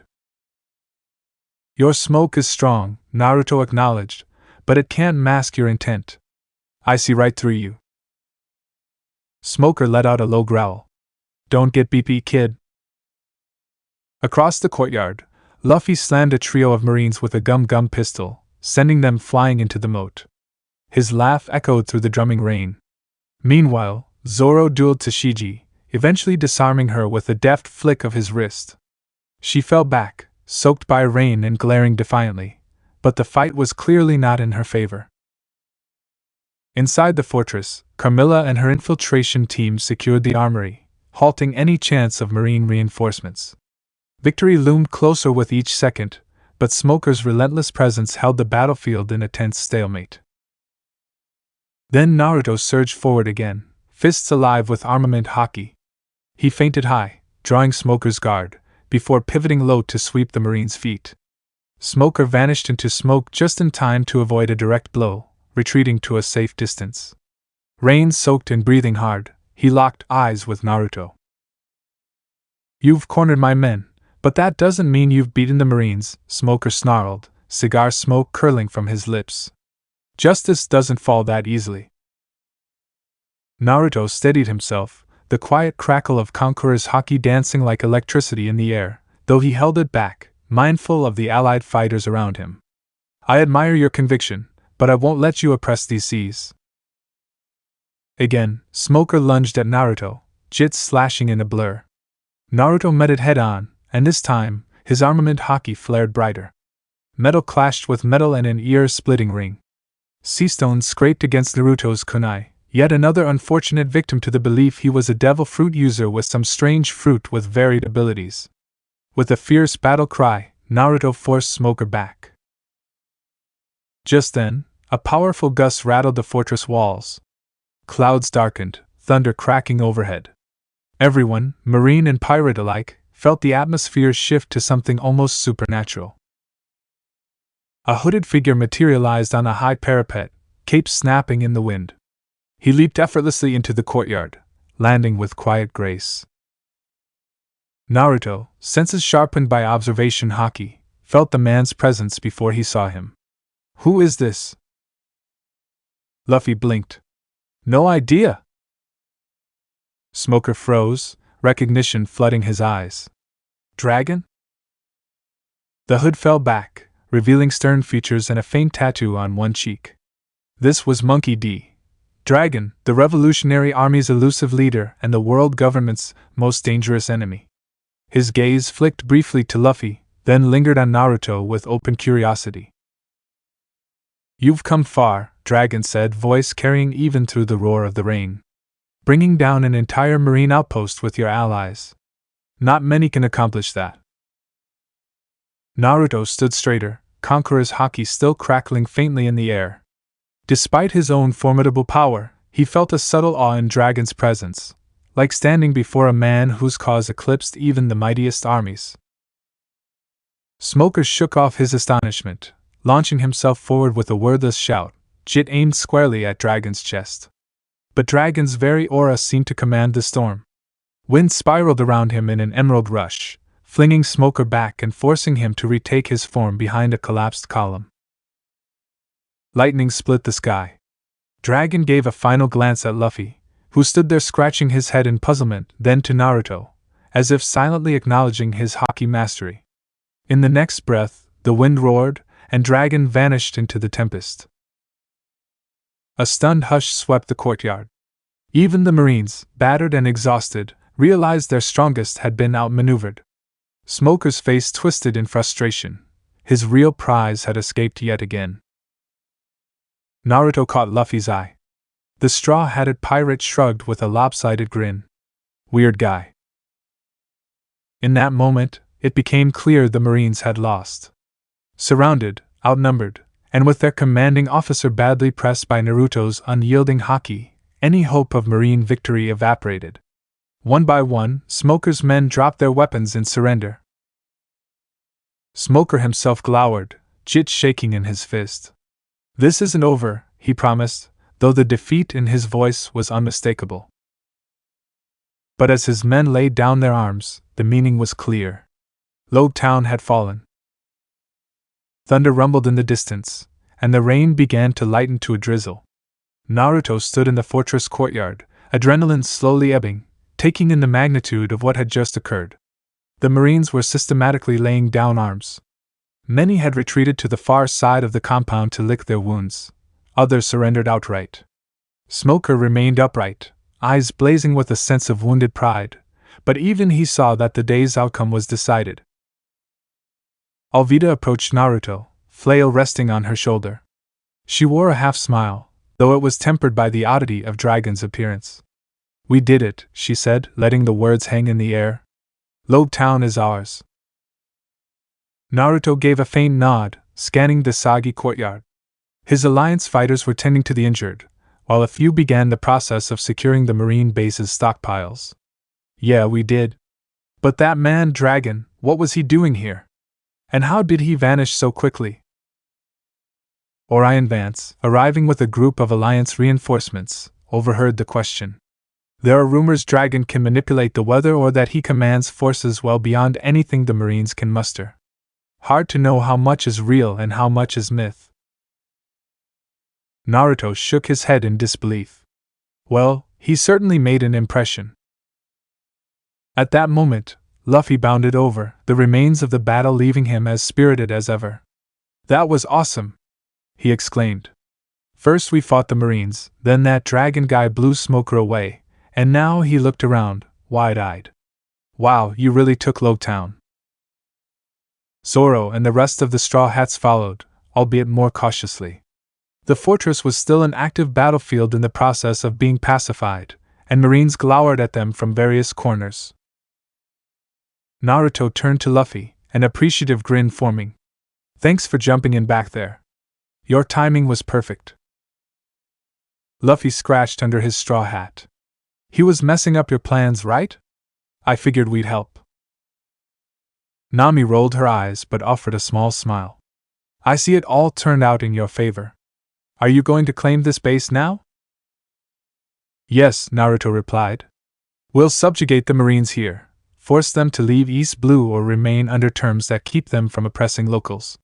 Then we'll set up a local administration, just like we did in other towns. After that, we head for the Grand Line. Sanji blew smoke from a freshly lit cigarette. Grand Line, huh? That's our destination too. Naruto nodded slowly. I know. That's why I wanted to meet you in the first place. We might have different goals, but it seems like both of us are set on shaking things up. At that, Luffy's face brightened.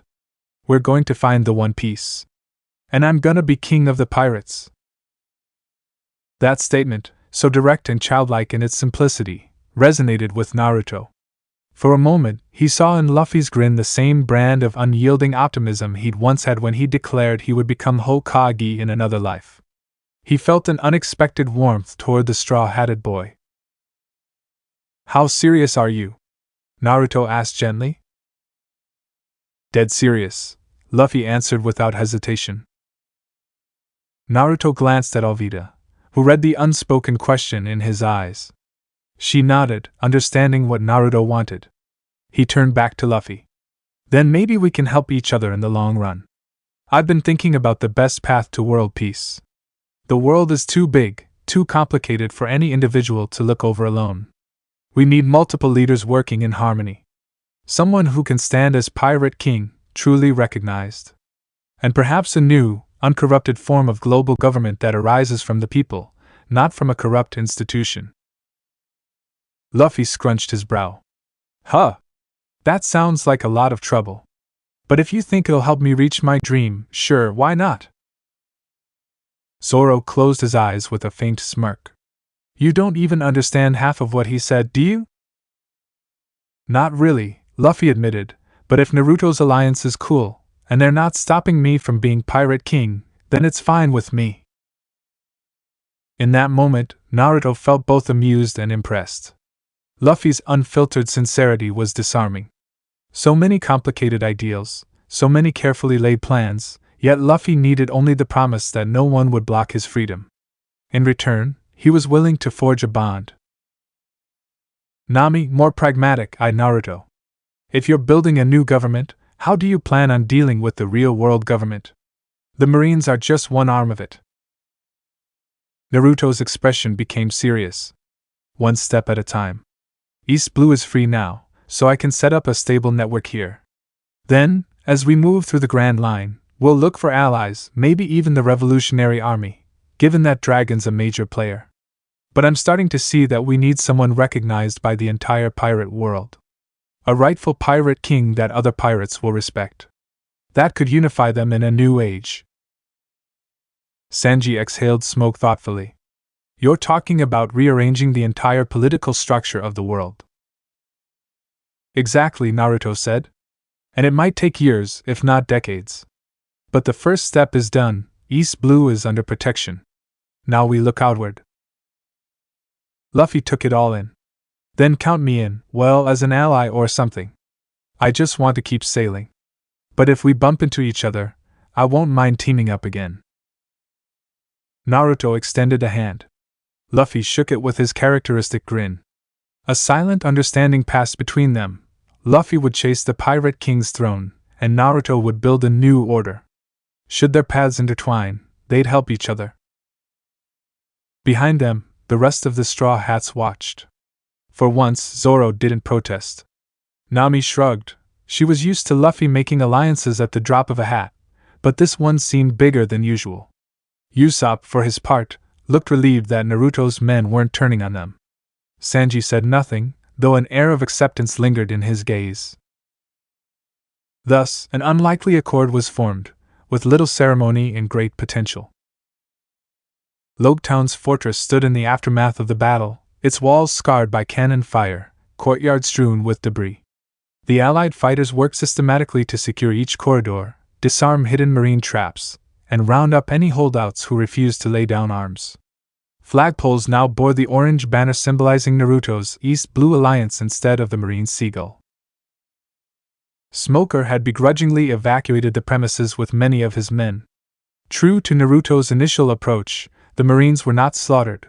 They were given a single choice: leave Lobetown and East Blue under safe passage or remain in a subordinate role with no authority to extort or oppress.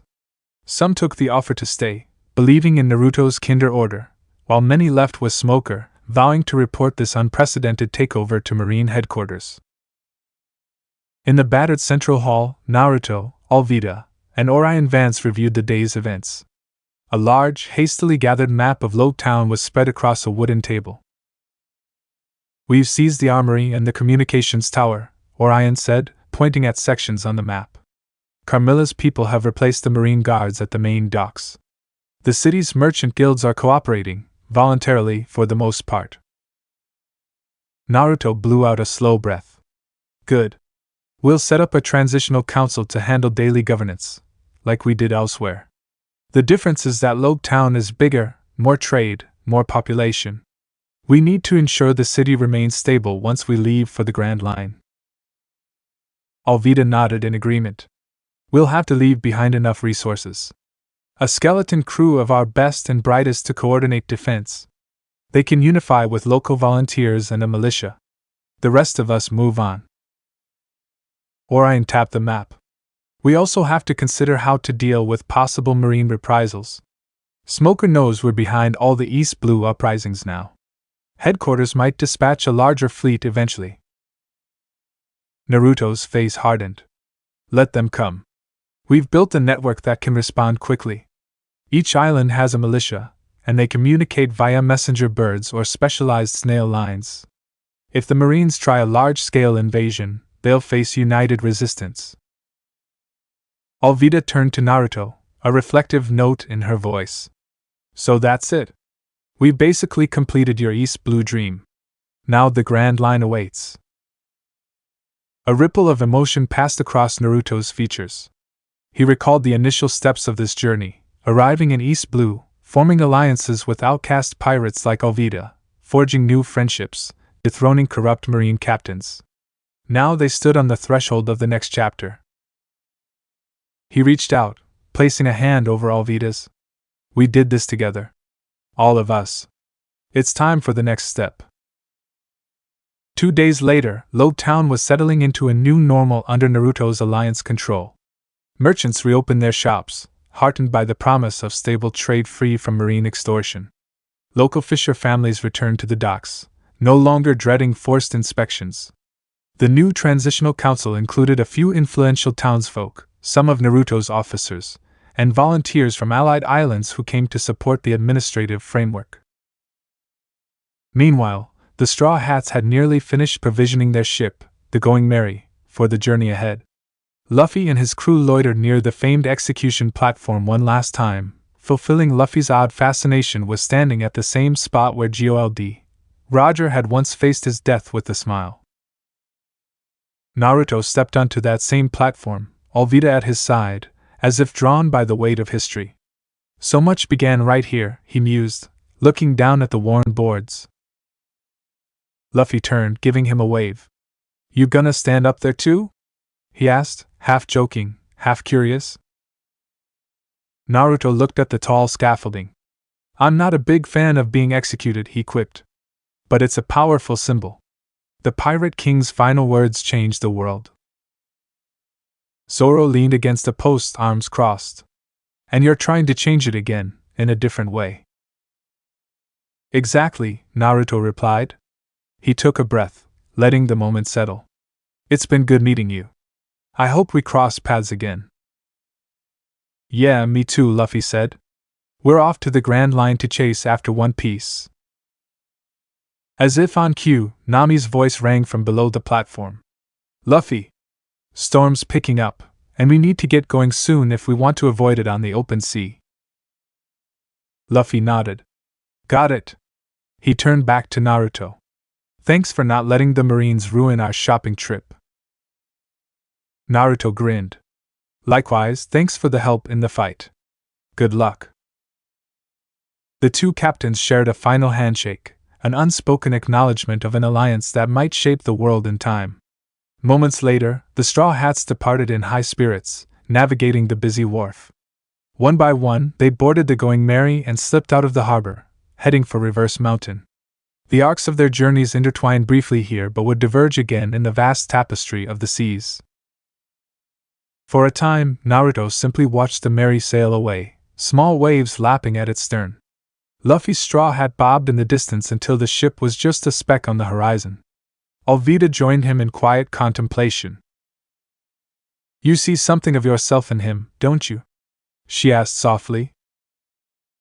Naruto nodded, recalling the youthful determination he once had in a very different life. I do. He's so sincere, so direct. That's a kind of purity that can move mountains. Alvida linked her arm through his. And we have the more complicated path, building alliances, forging governance. Both are essential, Naruto concluded. A recognized pirate king can unite the outlaws of the sea, and a new government can handle the rest. I suspect we'll meet again, maybe at a crucial crossroads. The wind gusted, carrying the salt of the ocean. Logetown's new banners fluttered overhead, a testament to how quickly the old order could be overturned. With the Marines ousted and the city's new council in place, Naruto gathered his top commanders at the fortress's renovated war room. The battered desks and chipped walls bore the marks of battle, but they now served the cause of unity rather than oppression. Seated around the long table were Alvida, Orion Vance, Carmilla, Zara, the roving flotilla commander, and a few newly promoted officers from among Naruto's earliest recruits. Maps of East Blue adorned the walls, each pinned with markers indicating allied or neutral islands. Most of the sea was under bright orange insignias, a testament to how thoroughly the alliance had spread. Naruto rested his palms on the table, speaking solemnly. We've done what we came here to do. East Blue is free. But the real challenge lies ahead. To maintain this freedom, we can't simply abandon it. We need a robust system in place. Orion nodded. We'll remain behind with the bulk of our forces. Zara's flotilla will continue patrolling the perimeter. Carmilla's intelligence network will keep feeding us updates. We've already recruited local leaders to manage day-to-day affairs in Logetown and the smaller settlements that rely on it. Alvida glanced at Naruto. They had discussed this moment, the separation of their forces. Most of the men and women who helped overthrow the Marines would remain in East Blue to defend what they had built, while Naruto would take a smaller, hand-picked crew into the Grand Line. Who do you plan on taking with you? Carmilla asked. Naruto's eyes swept the room. Alvida, of course. A few specialists who can handle the rigors of the Grand Line, infiltration experts, maybe a small contingent of strong fighters who won't be overwhelmed by the threats out there. We'll keep it lean, no more than a single ship's worth. Zara folded her arms. And if the Marines attempt a large-scale pushback while you're gone? Orion answered confidently, they'll find an alliance that's too entrenched to uproot. We'll call upon every island militia if needed. From Kokoyashi to Syrup Village to Shellstown, these places are no longer isolated. They'll fight back. Naruto appreciated Orion's surety. Exactly. And should we need to return, we will. We're not abandoning East Blue, we're expanding our cause. The gathered commanders voiced their agreement. While the alliance faced uncertainties, they also had momentum and widespread local support. The Marines might dispatch reinforcements, but East Blue was no longer a region of defenseless towns. It was a confederation brimming with defiance and newly formed pride. Alvida checked a smaller chart of the waters beyond Reverse Mountain. We'll need a sturdy vessel to handle the currents, a top-notch navigator, and a well-stocked hold. The Grand Line is notoriously unpredictable. Carmilla offered a sly grin. I've already secured some specialized navigation tools from a local black market dealer. That, plus any knowledge we can glean about log poses, should help us survive the initial crossing. Naruto closed the meeting with a firm declaration. Prepare everything. In 3 days, we set sail for the Grand Line. Let's call our vessel the Dawn Voyager. From that point onward, we'll face new enemies, perhaps the Yonko themselves. But we won't rest until this entire world can stand united, free of corruption.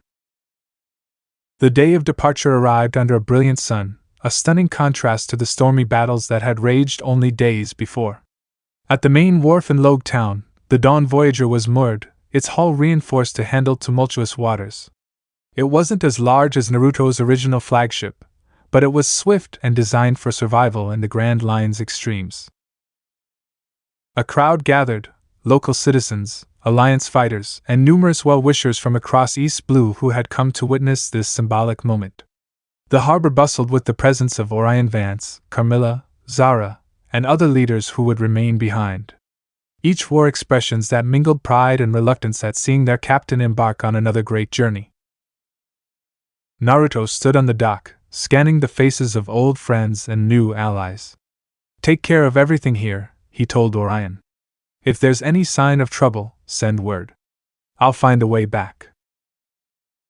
Orion nodded, clasping Naruto's forearm. We've got this. Trust in the alliance you built. Zara offered a respectful salute. Safe travels, Captain? From among the crowd, Nojiko of Kokoyashi Village, who had come for a trade meeting, approached with a small gift basket of tangerines. A taste of home, she said. For good luck out there. Naruto smiled, accepting the gesture. Thank you. Take care, Nojiko. One by one, other familiar faces offered tokens of gratitude. A woven charm from Syrup Village, a finely honed practice sword from Shellstown's new militia. Each item carried the weight of shared history. This wasn't just Naruto's departure, it was the entire East Blue sending him off with blessings. Alvida joined him, flail strapped to her back and a confident gleam in her eye. She had changed in subtle ways over these months, warmer, more at ease, yet still every inch the formidable fighter who once terrorized these seas. Ready, Captain? She teased, having grown comfortable referring to Naruto with that title. He chuckled. You bet. Turning to face the assembled crowd, Naruto raised his voice. People of East Blue, we leave you in peace and freedom. Defend it. Make it thrive. We'll return when the world calls us back, stronger, and with new allies to join our cause. Until then, hold fast to the unity we've created. A rousing cheer burst forth, echoing against the harbor walls. The crowd parted to let Naruto, Alvida, and a handful of chosen companions board the Dawn Voyager. Sailors he had personally vetted, men and women capable of braving the rumored terrors of the Grand Line, moved with sure hands, untying mooring lines and preparing sails. With a final wave, Naruto and Alvida ascended the gangplank. The Dawn Voyager eased out of its berth, turning gracefully toward the open sea. Cannons on the fortress ramparts fired in salute, a symbolic thunder that matched the hearts of those on shore. The ship's orange banner caught the morning light, glowing like a promise. Naruto stood at the helm, letting the sea breeze wash over him, body buzzing with excitement. The horizon beckoned. Next stop, Reverse Mountain, Alvida murmured. And the grand line beyond, Naruto finished, feeling an electric thrill in his core. Memories of old battles flickered through his mind: Shellstown, Kokoyashi, Syrup Village, the stand at Town. All led here. In the distance, East Blue's final lines of defense appeared smaller and smaller, a sanctuary left in good hands. Ahead lay uncharted waters brimming with legends, the domain of the Four Emperors, the marine strongholds, the Revolutionary Army's elusive campaigns. And possibly, the path to the greatest revolution the world had ever seen. Naruto's fingers tightened on the helm, a grin playing at his lips. The wind carried them forward, carrying also the echo of Dragon's words, quite impressive, and Luffy's determined cry, "I'll be king of the pirates." Different dreams, perhaps, but aligned in the pursuit of freedom. The dawn voyagers sliced through gentle swells, heading for the redwood currents that would take them out of East Blue forever. Naruto closed his eyes for a moment, recalling the sunlit images of cheering villagers, the laughter shared with the Straw Hats, and the deep conviction that had brought him this far. When he opened them, the horizon was still before him, immense and inviting.